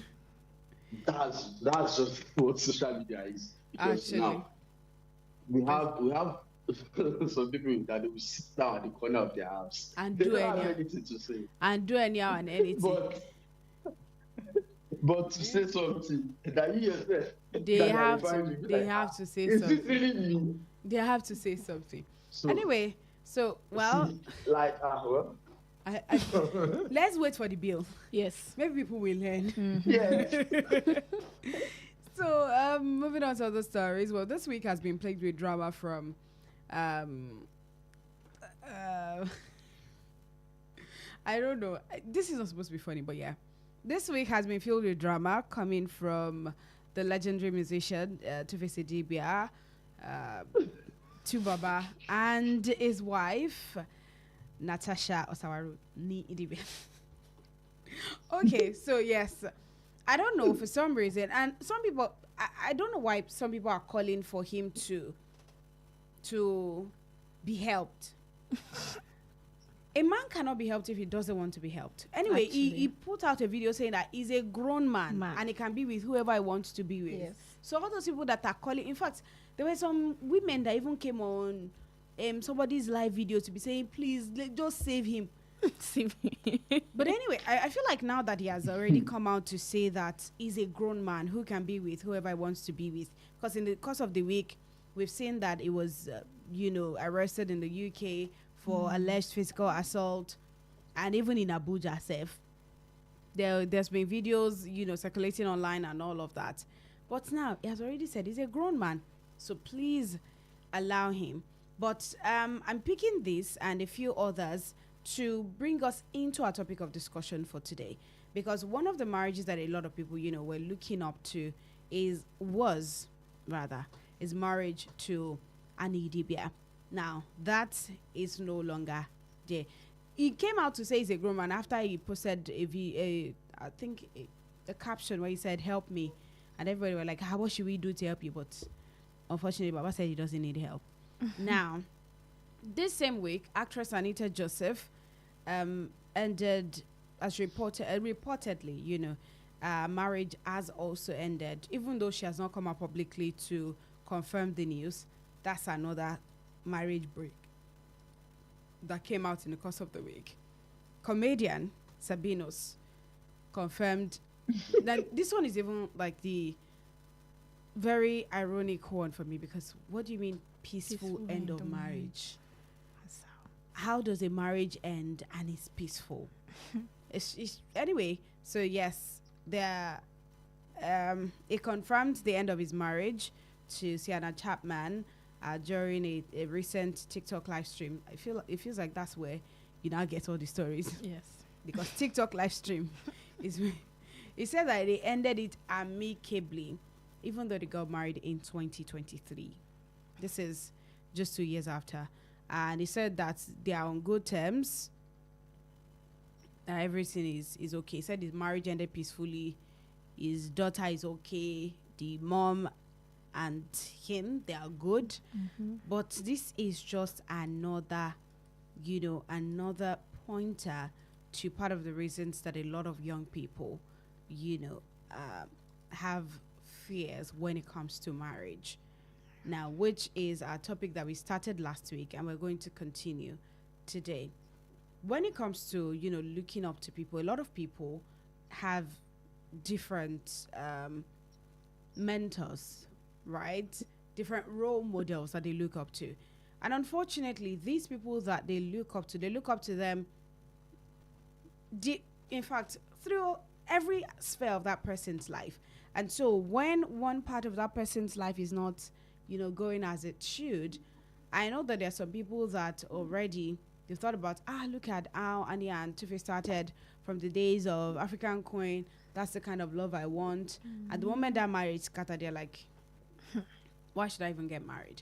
Some people will probably already be looking up to Sabinos and his wife. Some people, these are just celebrities. There are people that don't even look up to celebrities. There are people that they look up to people around them. And unfortunately, when that happens, it now becomes more difficult for them to say you want to, totally believe in love or believe in the concept of marriage. So our topic of discussion that we started last week has been the fear of marriage that many youths don't admit. We already, together with Adeola and Collins, we touched on the fear of marrying the wrong person. We talked about fear of losing freedom. Yes, that's also another one, And yes, I think those are the two that we touched on, basically, on last week while we were talking about the issue. So let me start with Oluwole. Right, Oluwole. Oluwole, tell us, what are some of the fears that young people actually carry about marriage? It's a lot. I know that is a lot. A lot. There's a lot of fear. A lot. Deep down. A lot. There's a lot of fear. But I think uncertainty about the future is also a priority. Okay. Because someone that's, let me say, as you all know, it's the responsibility of the man of the house to provide for his family. Do you understand? But this person in question cannot afford 3 square meals.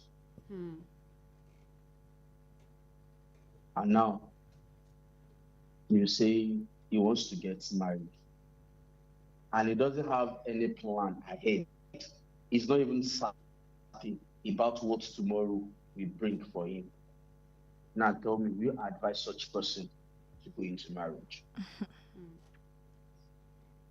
You know the funny thing, there was this trend last week that just made me feel like, oh more. So the trend was I'm broke. At least I'm not broke with a child. Yeah, I'm broke. At least I'm not broke with a wife. I'm broke. At least I don't have a family to cater for. That trend, just made I'm broke. At least I'm not broke with 3 children going to school. I'm like, what are you trying to say? Because it feels like we've now made it so when it comes to, I feel like it's like shading people who are married and are not financially in a good place. Yes. It's a huge shade. It's a lot. It's a lot. And it's just part of the way and the kind of line of thoughts that we have now as young people, especially when it comes to marriage, actually. So, okay, so Oluwole, you're done with that, right? Yeah, so that's just, so you can't just So that's one of the major problems. So let me give the room for IFA. Okay. That I was going have to say lots of- your own. Personally, what is your own fear? Me? Yes. Personally. Do you want me to be honest? Yes. In fact, I am not scared about anything. Okay, good. I like that. Let me come to IUFA. First off, tell me, what is your own fear? I have a lot of fear, but Okay. I think the first one is, there's this kind of thing that comes with marriage, that there's this, let me say, unstable marriage around. Things we see, things we hear.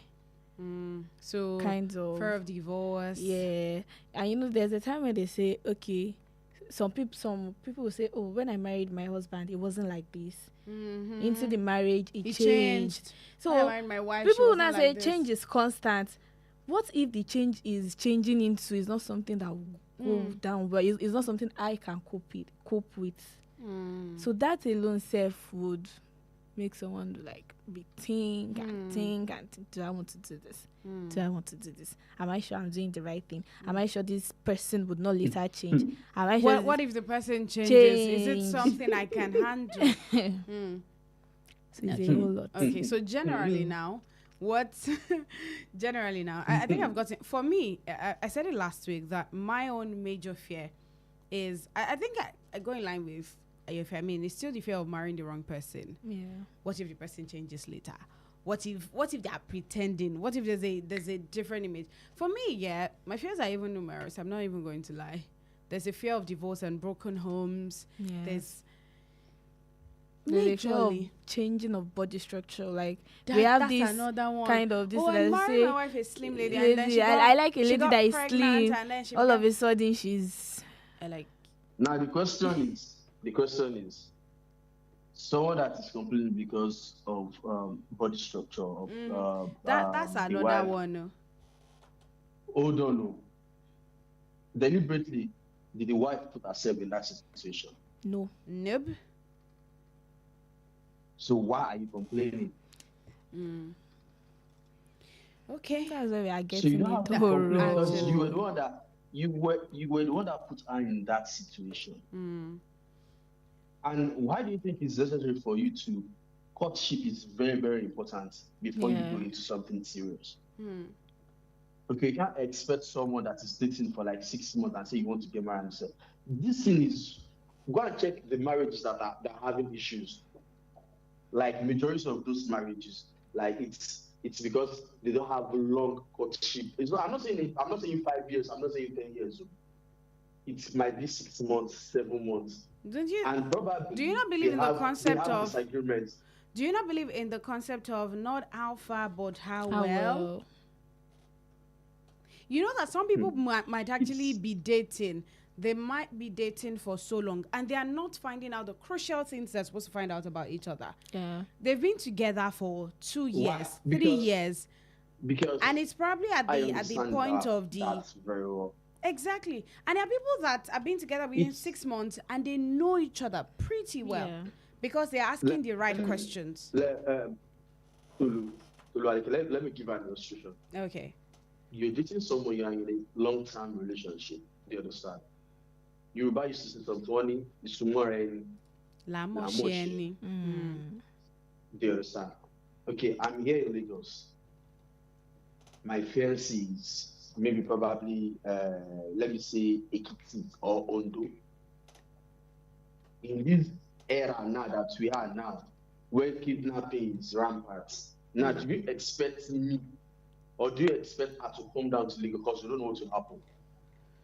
There are some conversations which you have to have. It's not a phone conversation, one-on-one. See, this person you might have this conversation. Assuming this person is in front of you, you might have this conversation. Yeah. This person will tell you what you want to hear. You understand? Okay, this is what I want to hear from your mouth. Okay, let me see just. But the countenance, the facial expression will change. Okay. So what is that thing telling you? Okay, I get your People point. are making a lot of mistakes. Like, But yeah, you see, know that this is like when you know that there are people you that actually they will about say divorce also. that's another. I mean, so majority of the fears that have been highlighted majorly, especially across board, is the fear of marrying the wrong person. Yeah. Fear of broken homes. Yes. Many young people Yes. now grew up in troubled homes. Yes. And so you don't want to repeat your parents' mistakes again. Fear of financial inability, that's especially for men. The society says be financially stable before marriage.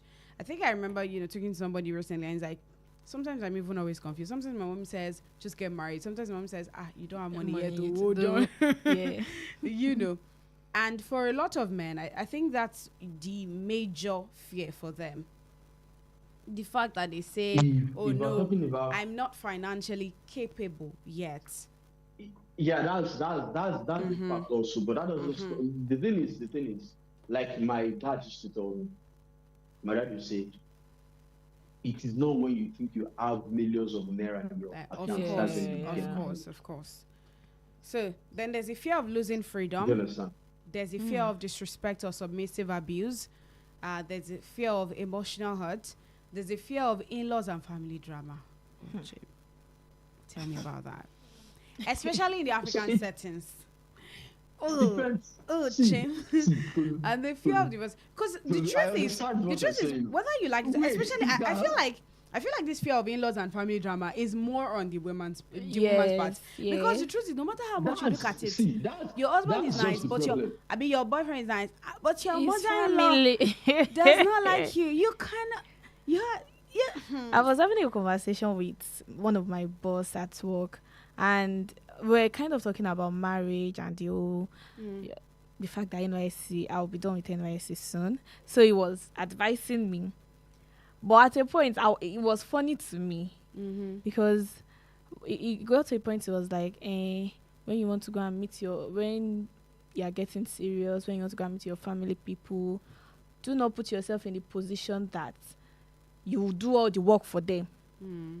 Carry yourself with pride and dignity. Don't do the ones that our mothers and this thing have done the way we used to see it. It's not like you should not cook, fine, cook, but don't do it like let me show them that I'm a good wife. It's actually not necessary. Just be you, do you. Some of us are lucky, sir. Do you know this thing doesn't lie with you? It doesn't lie with you. I think it's more with. It's from your husband's side. Okay. You understand? It's whatever it is. Your husband must have presented you. That's very important. So, but now, okay, now we have highlighted these fears. Why do young people find it difficult to admit that they have these fears? Actually, because the truth is, a lot of times, when you're talking to, when at the point when parents start to talk about it, it feels like I don't even want to talk about it. But deep down, there are certain fears that you refuse to admit, and one of the reasons is the cultural expectations. Yes, the family expects that you should, by 30, you should already be married. In fact, as a lady, by 25, they will expect that you should be married. All right. So by the time a few years close to the age, just about 3 years away from 30, they begin to feel like, what's going on with you? And at that point, you cannot say, I'm actually afraid of getting married. You just keep saying, no, I'm just not ready. Then there's this pressure to appear strong to people, because again, the social media has given us certain illusions when it comes to marriages and relationships. Everybody's always posting the perfect side image. Of the yes. Everybody wants to put out, yes, my talking marriage about is perfect. But they don't want to talk about the bad side. They just want us to know. That's why you see somebody that got married 2 days ago come around and say, so yeah, when I was dating my husband, sit down. Go and sit down. And then for sometimes it could be pride and ego, especially for men, because admitting fear for men is unmanly. And then at times it could be as a result of past trauma, experiences that are too deep for them to talk about. And the root of it is a lot. We already mentioned sometimes growing up in broken homes, the pressure from social media. We cannot but also talk about the rising cost of living. Actually, because the way things have become more expensive, marriage feels so super expensive. Because but if you're also not talk of when children start coming in. No, we're not talking about wedding. I said marriage. You don't understand. Do you know that now? Somebody posted a video today of a particular apartment. Calm down. A particular apartment here in Ibadan. If you see the way this room is small, total package of that house is 900,000 naira. That's rent. A friend of mine called me. She was lamenting to me. I'm coming to Oluwole. A friend of mine called me yesterday. She was lamenting. Our rent was 200,000 naira. Guess how much our landlord increased it to? 500K. From 200,000 naira. Imagine. If it's a married man now, you're probably earning say okay, you're earning about 150K, right? Of course, you already have the other things that you need to do. Do you know how much school fees are now? Do you know that some of those children in primary school, my old university, 4 years, the University of London, the amount I paid is not up to the amount that they pay for a term. Yeah. Do you know? I thought marriage is not expensive. It's expensive, Let's talk about diapers. Talk of diapers. Talk of diapers. Thank you very much. Baby food. Baby food. You have to do something. You see that first step, that first step is what that is chasing the youth away from getting into marriage. That first step. The wedding, whatever. That first step. Wedding is not. Do you know? For me, I don't even have a problem with loud. In fact, we can sit in the masjid and do whatever we want to do. Nobody has to be there. I'm so sorry, my friends. I know that you want to wear Ashwebi, but it's not convenient now. Don't worry. You will wear Ashwebi later. Let's sit down. Let's Imam sign. Let's sign whatever we want to sign. Let's do and finish. Abi Max, go to registry and finish. I know cost of living is but very, marriage. It's tough now. Do you understand? It is. It is. Understand? That is you need to get married right person. You understand? And that one save day. You need to get but the right married person to safe as to it's not easy now. I know it's not easy. You will say de ibìkan tí ara ò ní gbà mọ́. You understand? Yeah. Anyway, we're talking about the fears, yeah, ní bẹ́ẹ̀ ṣe máa gbé ọ̀rọ̀ yín bọ̀ láti see me now, like me, Oluwole, like I'm saying that it gets to some limits that I won't be able to, like I'll just voice out. But after voicing out, it depends on my partner to calm me down. Okay. That's why they say anyway. It's hard to be sheep and goats. Yes. Okay, all right. Anyway, now those are, as a young person, if you're listening, Adam, because our time is up, and I don't want us to carry this over to next week again. There's still. So now the truth is, as a young person, if you're listening right now, your fears are valid. Yeah, they are very valid.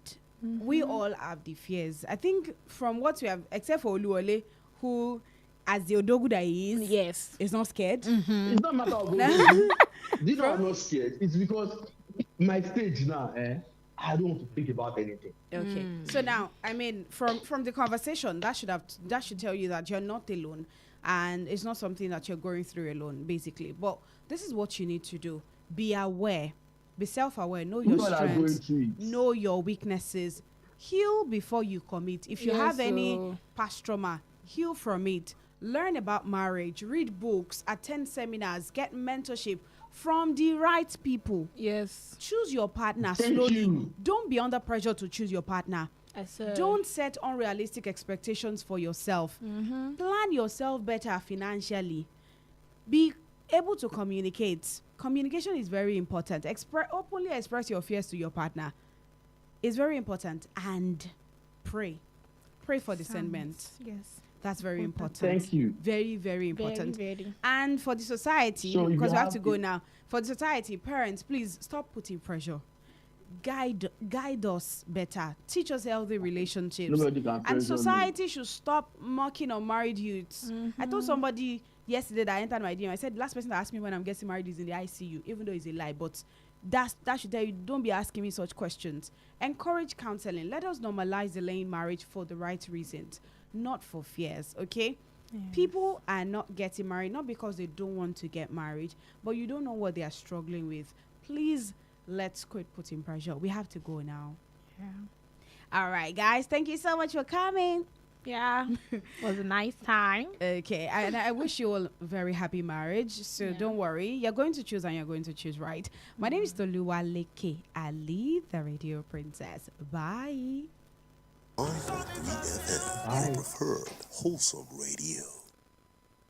89.3 FM, your preferred wholesome radio. The time is 12 noon from Wells Radio 89.3 FM, your preferred wholesome radio. láti ìkànnì kànga àgbọ́mọ̀gbẹ́ 89.3 FM gẹ́rẹ́gẹ́ láago méjìlá ọ̀sán lù. The news on Wells Radio 89.3 FM.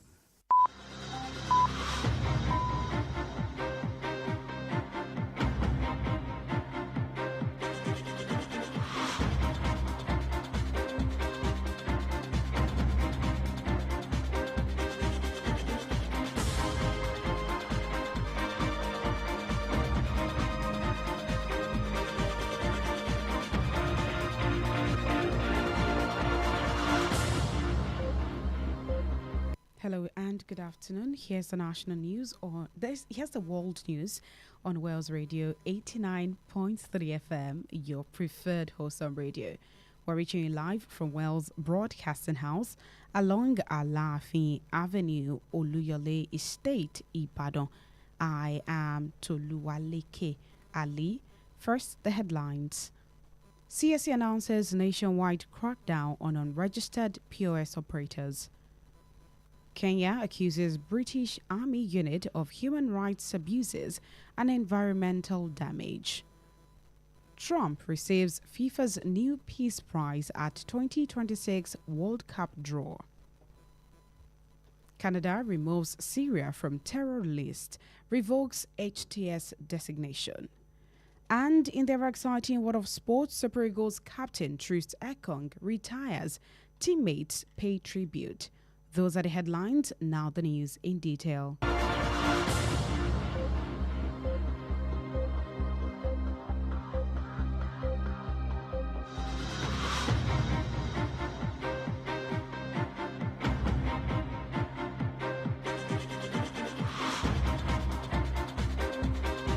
The Corporate Affairs Commission, CSE, has warned that it will launch a nationwide enforcement campaign against point-of-sale POS operators conducting business without proper registration.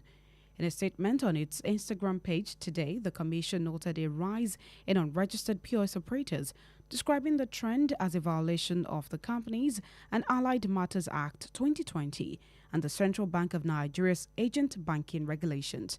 The CSE said some fintech companies were enabling the practice by onboarding unregistered agents, calling it reckless and dangerous to Nigeria's financial system.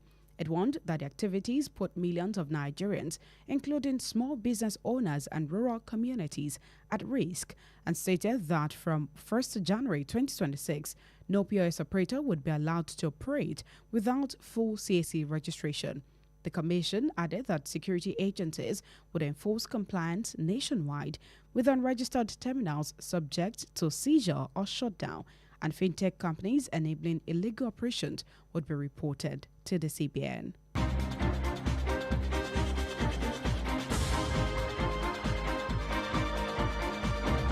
former Attorney General of the Federation and Minister of Justice Abubakar Malami has denied any connection to terrorism financing following a recent report linking his name to alleged terror suspects and purported financiers. In a statement on his official social media platforms, Malami described the allegations as unfounded and unfair, stressing that he had never been investigated, interrogated, or charged by any security or intelligence agency in or outside Nigeria over terrorism-related offences. Malami also highlighted his tenure as Attorney General, noting reforms he championed to strengthen Nigeria's anti-money laundering and counter-terrorism financing frameworks, including the establishment of the Nigerian Financial Intelligence Unit and the enactment of the Money Laundering Prevention and Prohibition Act 2022 and Terrorism Prevention and Prohibition Act 2022. He said these measures are assessed by the Financial Action Task Force and contributing to Nigeria's removal from the FATF grey list were entirely inconsistent with any suggestion of involvement in terrorism financing. Malami urged media to exercise responsible reporting, warning that sensational coverage could damage reputations and erode public trust in institutions responsible for national security.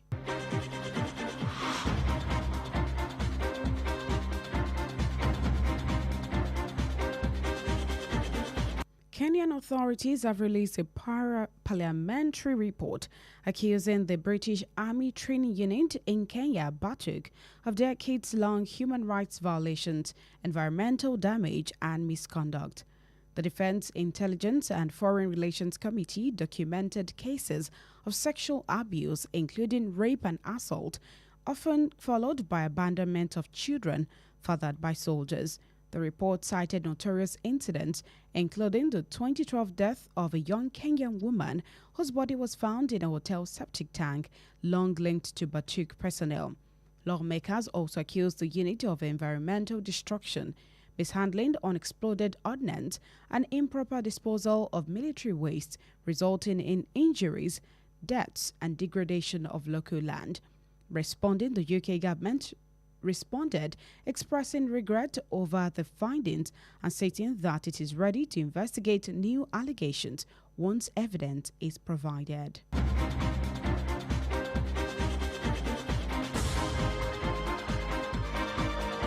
U.S. President Donald Trump has become the first recipient of FIFA's newly established Peace Prize during the 2026 World Cup draw at the Kennedy Center in Washington.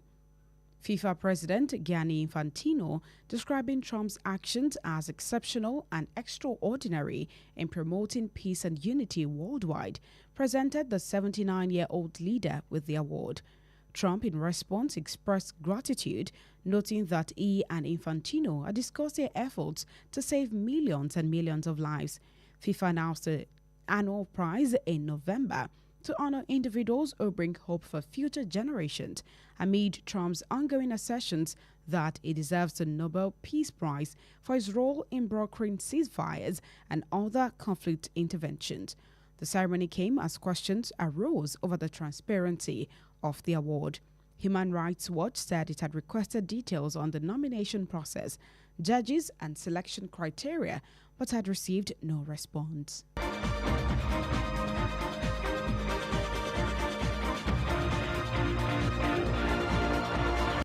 Canada has removed Syria from its list of states that support terrorism and revoked Hayat Tahrir al-Sham HTS designation as a terrorist entity, aligning with recent moves by allies including the United Kingdom and the United States. In a statement, Canada's foreign ministry said the decisions were not taken lightly and followed efforts by Syria's transitional government to advance stability. Syria had been listed as a state sponsor of terrorism since 2012 after President Bashar al-Assad's crackdown on pro-democracy protests led to civil war, while HTS had been sanctioned over its links to al-Qaeda. The foreign ministry added that several Western states had delisted HTS to enable closer collaboration with Syria's new leadership led by former jihadist Ahmed al-Shahar, which is seeking to distance itself from past violence and present a more moderate image.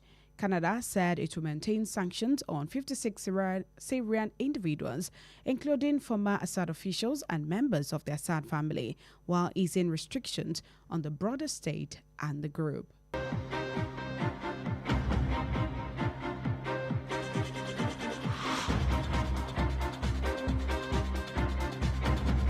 In the very exciting world of sports, Super Eagles captain William Troost Ekong has announced his retirement from international football after a decade-long career, 83 caps and 8 goals. The 32-year-old defender broke the news on Thursday, describing his time with Nigeria as the greatest privilege of his life and pledging his continued support for the team. His announcement comes just days before the 2025 Africa Cup of Nations in Morocco, marking the end of an era for the national team. Trosekong's retirement drew immediate tributes from teammates. Striker Victor Osimhen praises guidance, humility and professionalism, calling him a legend forever and thanking him for everything he contributed to the team. Midfielder Alex Iwobi described the news as an emotional moment for the camp, highlighting Trosekong's leadership in fostering team unity and morale, even when his playing time had reduced. Trosekong, who currently plays for Al Khulud in Saudi Arabia, had represented the Netherlands at youth level before committing to Nigeria, and his 5 goals at the African Cup of Nations remains the highest scored by a defender in the competition's history. That's it on the World News at noon. Before we end the news, here are the highlights. The Corporate Affairs Commission warned that it will launch a nationwide enforcement campaign against point-of-sale POS operators conducting business without proper registration. Kenyan authorities released a parliamentary report accusing the British Army Training Unit in Kenya, Batuk, of decades-long human rights violations, environmental damage and misconduct. U.S. President Donald Trump became the first recipient of FIFA's newly established Peace Prize during the 2026 World Cup draw at the Kennedy Center in Washington. Canada removed Syria from its list of states that support terrorism and revoked Hayat Tahrir al-Sham's HTS designation as a terrorist entity, aligning with recent moves by allies including the United Kingdom and the United States. Super Eagles captain William Troost Ekong announced his retirement from international football after a decade-long career, 83 caps and 8 goals. The bulletin was compiled and edited by Bolanle Oduekun Ayola. Niccolo Machiavelli once said, "Where the willingness is great, the difficulties cannot be great." Stay connected with us on all social media platforms at Wales Radio 893. Like our Facebook page at Wales Radio 893 FM fan page, and listen live via our website on www.walesradio893.com. I am Toluwaleke Ali. Thank you for listening. God bless you.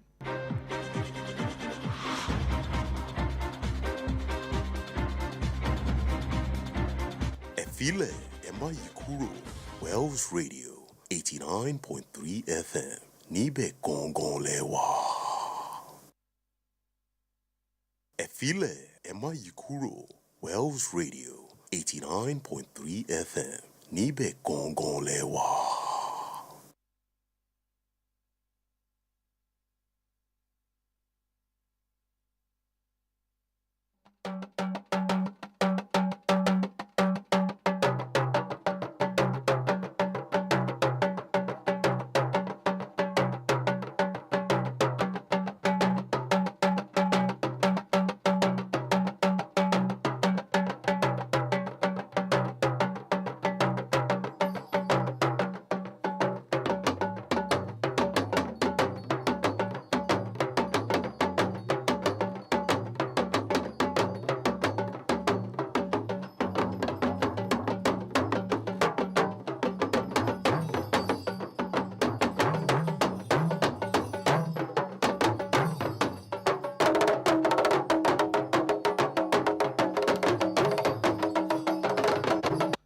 Ẹ káàsán o, wọ́n yìí ní àkójọpọ̀ ìròyìn àgbáyé tó ń dé sétí ìgbọ̀nyín lọ́sàn-án tòní láti ìkànnì kànga gbọ́mọ̀gbẹ́ Wells Radio 89.3 FM eléyìí tí a kalẹ̀ sí òpópónà Aláàfin Avenue Olúyọ̀lé Estate ńlẹ̀ Ìbàdàn. Adédàmọ́lá Olóyèdè lóníròyìn ṣáájú ẹgbẹ́ àwọn kókó tó wà nínú ìròyìn náà.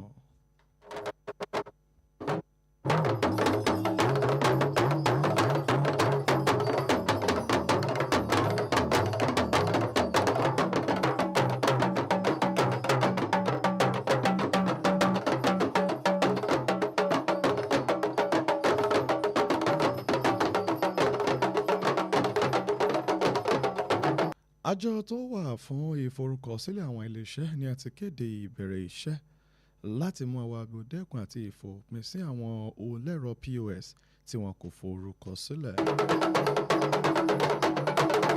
Orílẹ̀-èdè Kenya ni a ti là ká lébò sí ẹ̀ka ọmọ ológun ilẹ̀ Bìrìtìkó lórí bí wọ́n ti ṣe ń ṣe àṣìlò ẹ̀tọ́ àwọn ọmọnìyàn àti mímọ̀ ba àwùjọ àyíká jẹ́ lásìkò yìí.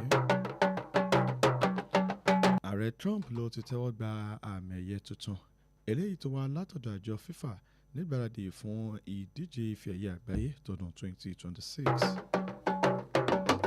Orílẹ̀-èdè Canada yọ ilẹ̀ Syria kúrò nínú àkọọ́lẹ̀ àwọn orílẹ̀-èdè tó kún fún làásìgbò tí wọ́n sì gba àwọn ìwé èyí tó ní ṣe pẹ̀lú HTS. Nínú ìròyìn eré ìdárayá èyí tí ṣe akọni balógun fún ikọ̀ Super Eagles orílẹ̀-èdè Nàìjíríà True Stekong bó ti ṣe ń fẹ̀yìntì ó ní àwọn ikọ̀ rẹ̀ wọ́n ní wọ́n ń ṣe ètò ayẹyẹ ìdágbére fún un. Ní báyìí ìròyìn ọ̀hún rèé lẹ́kùnrẹ́rẹ́.